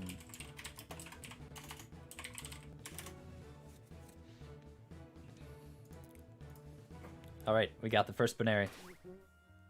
Shiny Dark Arceus. Thank you for subscribing. Ooh. There we go. DY or DU. Thank you so much for becoming a YouTube member. I hope that the Nirth Heart Discord server and the community here can live up to the standard that I presented to you. And if you have any thoughts whatsoever on things, then please let me know. I'll do my best to make it a great experience for you.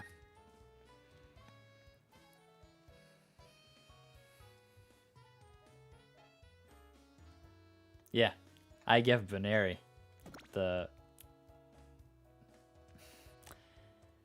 I'll join the Discord after work. No worries. I do live in the Norwegian time zone, so you'll have to wait in the lobby. Unless you join now until tomorrow morning when I wake up, then I'll let you in. Okay, so I guess then that I won't be doing the...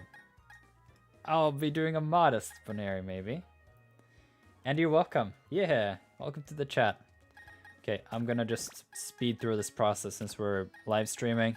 Drop the eggs. Release everything that we don't need. Female Baneri.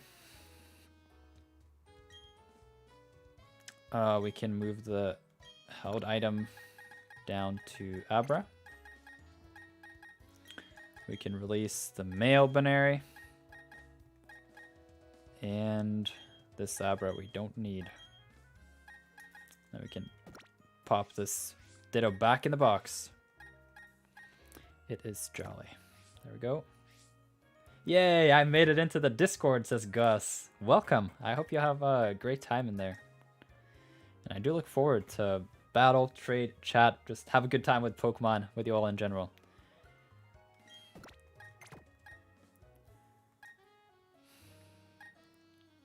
You know what, I'm not going to worry too much about the nature just yet. You forgot to answer my question. What was your question? Oh, right. Does the Masuda method work in this game? Yes, it does. And I don't know if you saw my breeding video on the Pokemon Ancestry, where there's a whole breeding map. Like, I can see if I can just open it real quick. Like, if you've seen this map right here, the thing that you can do is that you can breed a 5 or 6 IV female and complete the map with the 6 IV males. And then when Pokemon Home comes out, you can send over those Pokemon into a Japanese save file and breed yourself those 5 and 6 IV parent Pokemon, send them back into the English save file, and you're good to go with the Masuda method forever. I'll be doing extensive live streams doing that whole process in January or whenever Pokemon Home is released. And so if you would like to know all the details, then you can stick around for that. But yeah, so Masuda does work.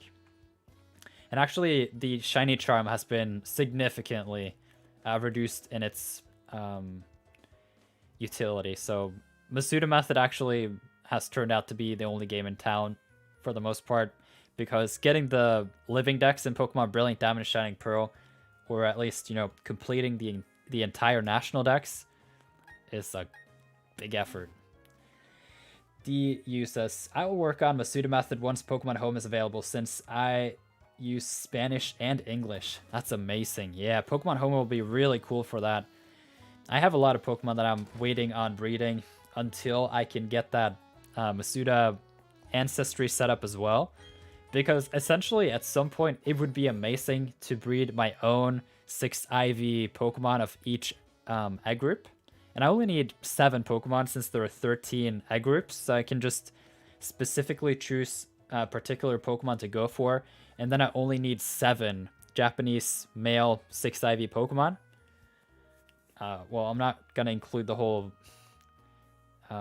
0 attack and 0 speed that I can figure out in the initial female, I guess. But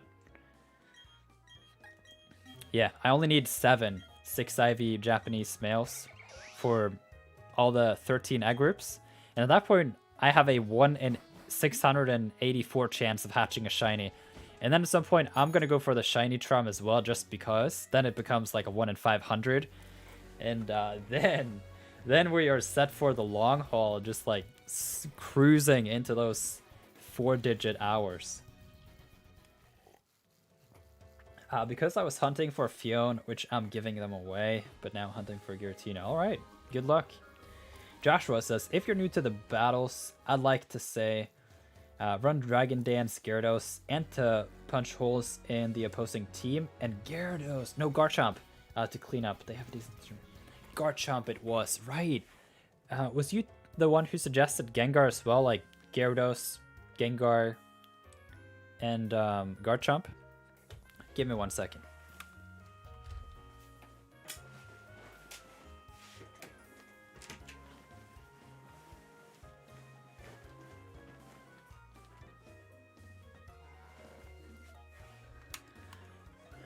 It's nice to do a little bit of sound isolation when there are other people living here. Okay.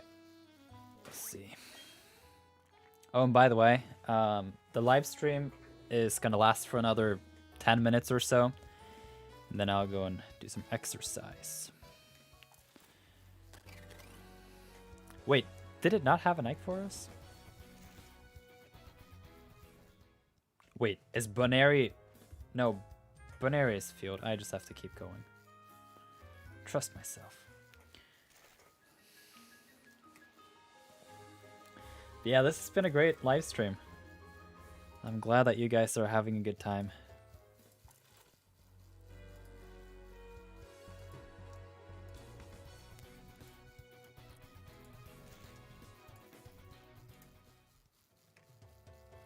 No eggs? Really? Have I messed up? Yeah, I just have to keep going. They would say that, or he would say that they prefer playing with others if they are not in the same egg group.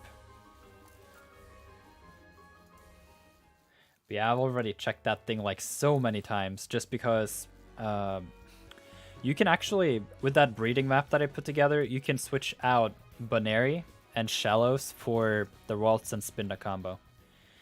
No, but that's a strong team for sure. Yeah, I heard about people leading with Gengar to just, like, get rid of a lot of issues. Send in Dragon Dance, Gyarados, and then for the late sweep and cleanup, just have a choice band Garchomp, or even a choice Scarf to just make sure that you are first and hard hitting. Okay, we got our first egg. Alright, let's go. Yeah, it seems like I'll have to... You know what? I actually really want this Alakazam, so it's not impossible that I won't be able to finish the whole process here, but I hope that, at the very least, over time, that I've been able to showcase all of the steps in the breeding process to where you can kind of piece things together. If you've been to a few of these live streams, and you kind of got the gist of things. Does the Ditto have to be shiny? No. That is only in Generation 2. So the Virtual Console, Gold, Silver, and Crystal.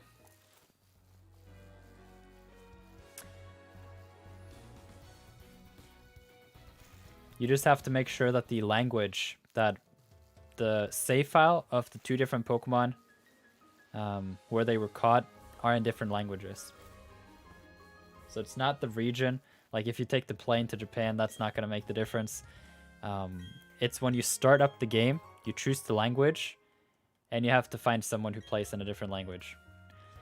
Apart from power items and a few battle items, is there any more point to grinding the tower? No. It's just one of those one and done things. But to some extent, you probably want some ability patches for the occasional legendary or, you know, evolution items.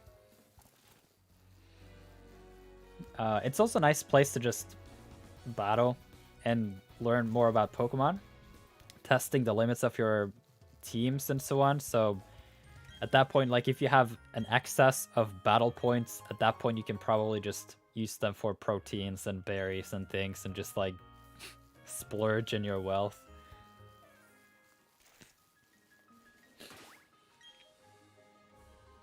Oh, TMs is another one. But I guess at that point, like, you probably just have all the TMs anyway. Okay, so even though it's kind of a strategic move here to go for that short chain of eggs to just switch out a little over time, given that I have a 5 IV parent here, I have a high chance of just rolling for a perfect, like a really good one, and then I can change up things later. 200 battle points for a hidden ability patch. I mean, the ability patch is expensive, but then again, it, for the most part, is a once and done deal. Once you've gotten the hidden ability Garchomp, you don't need to get another ability patch unless you somehow have decided to go for that shiny rough skin, in which case, you know, you're just going for like, you're going for the aesthetics, and if you're gonna have competitive and aesthetics, then you really just have to do the work. But for the most part, the trading economy in Nirth, I think, is the counterbalance to that effort and expense, to where we can all just get 2-3 ability patches and just make sure we don't double spend, and we should be good to go. Like, if you check the resources, we have a pretty good plan on how to go about mapping out all the hidden abilities, and so far it's been working great. A lot of people have contributed, yeah, I've done a lot of work on it, and I look forward to, yeah, just complete it. These games are great. It's amazing how I have almost 500 Pokemon, and I just want to breed them all. Just have everything working, battle ready, breeding pairs, all the hidden abilities, cool luxury balls, and enjoy Pokemon.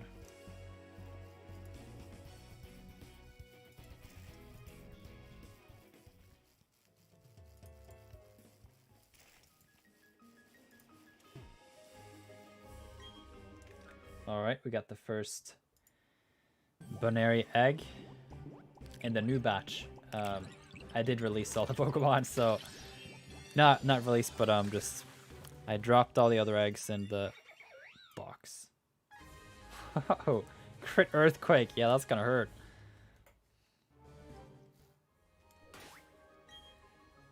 That is a male. That won't work. Never mind. I'll take it. Wow, you see? We were close with this one. Literally, if the attack stat had been the dominant one here, we would have been good. Wait, what nature was that? Was that just a perfect... Man, that Everstone messed me up, man. Now I feel angry. Oh, myself. I could have had a proper loop on you already, but... I'll get there. That was just... That was a lucky roll. It just took all the rolls from the Nidoran and it was just like, good to go.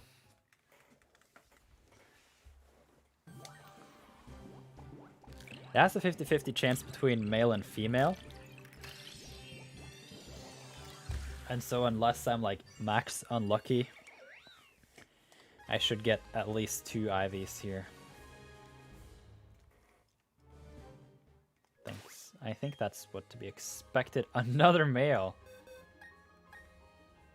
Wow. Are you kidding me? Just to point this out, like the odds of getting these Boneri is ridiculously low. Let's see here. It's a 50, 50, 50, 50, 50. It's a 50% chance to the power of 5. So it is 0.5 times 0.5 equals 0.25. 1, 2, 3. Oh, it's only a 3% chance?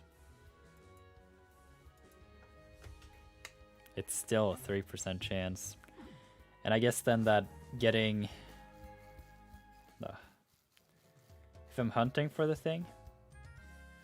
No, I'm breeding for a competitive Alakazam. And I don't have a human-like breeding parent yet. So I have to figure that out now during the breed. I need a... I don't think I'm going to go for the 0 attack stat. That's just some... I don't need it. I'm going to have the focus sash on it anyway, and Alakazam has no physical bulk. But yeah, so I just need a 5 IV male Boneri. Then I should be good to go. Because then I can put it in together with the female Abra that has the hidden ability, that is in a luxury ball, that also has the timid nature. Another male. Yeah, see, we should be looking at something like this. So 2 or 3 Ivies, what you should expect. Because it takes 5 traits at random from the parents, and it cannot be half a trait. So the expected trait from any given parent is 2.5. And only one of the parents have perfect Ivies, so 2 to 3. Something like that. And then we switch it out. And then we have like a 3 to 4, something like that. And then we just keep going until we get the perfect one. But as stated, the live stream is going to end fairly soon. As I have been live now for over 2 hours. And then... yeah, maybe I should just bike up a little bit here. And give you guys a short outro, because I'll be doing more live streams next week. They are all at the same time. You can check the video description for the full schedule with all the details. But as a general rule, I am going to try to see if I can live stream during the weekdays at the same time, all of those days, with only a few exceptions. And I've laid that out in the video description. So if you really enjoy these live streams and want to come back in the future, then you can peek a look in the video description. I have a section called Live Schedule, and that should give you all the details that you need. And then if you haven't already subscribed to the channel, then you're free to do that. I have these live streams here. I also make how-to videos on various aspects of the Pokemon games, like catching, evolution. And then I also have a more in-depth series where I explain how more in-depth mechanics work. And a lot of people seem to find those interesting and useful as well. And so here we go. We got the 2 Ivy female Baneri, and we are now going to swap that out. Carano, you're tough. Yeah, he's got a good team. Joshua said, I got my perfect 6 Ivy Bidoof. Let's go. Clap it up for Joshua, putting in the work, playing like a proper man. All right, so I'm going to take out the Baneri and just put in the other one. So as you can see, I have now had this Baneri in the... Oh, it had perfect attack. All right. That's good, though. Well, now we upgrade it to perfect HP and special defense. Because actually, we don't need the attack stat. Anyway. So actually, we went from 0 IVs to 2 IVs. And now our odds are just exponentially better. Like, literally, I think we only have to do maybe 10 to 15 eggs, and we should be getting that 4 IV. And then we really have good odds, man.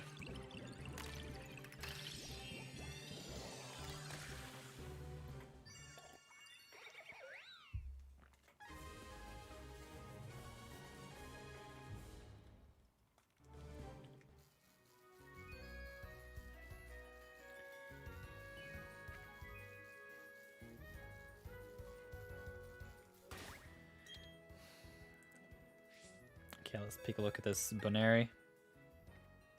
That's pretty good.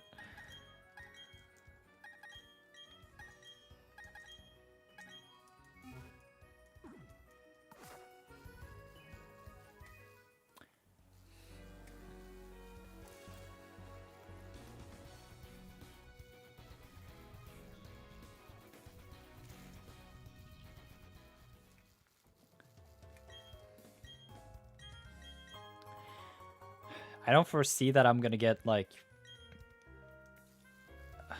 a lot of eggs here, and so I'm just gonna keep, instead of just refreshing my box completely like I did the past 2 batches, I'm just gonna keep in the 3 eggs. Also because I still have a really good chance of getting a really good female from those other eggs. Like, I just need a 3 IV this one, and then a 4 IV, and then that nice 5 IV. And then if that 5 IV is male, I'll stop. If it's female, I'll continue. And then that's how that whole sequence works. Yeah, so now I just need to bike a bunch. Let's see how the things are going in the back end. Looking pretty good. Got 3 new members in this live stream, and had a decent amount of people show up. So for those of you who are still here in the live stream, I hope that you've had a good time. I think this is where I will wish you a great day, and hope to see you next week. And yeah,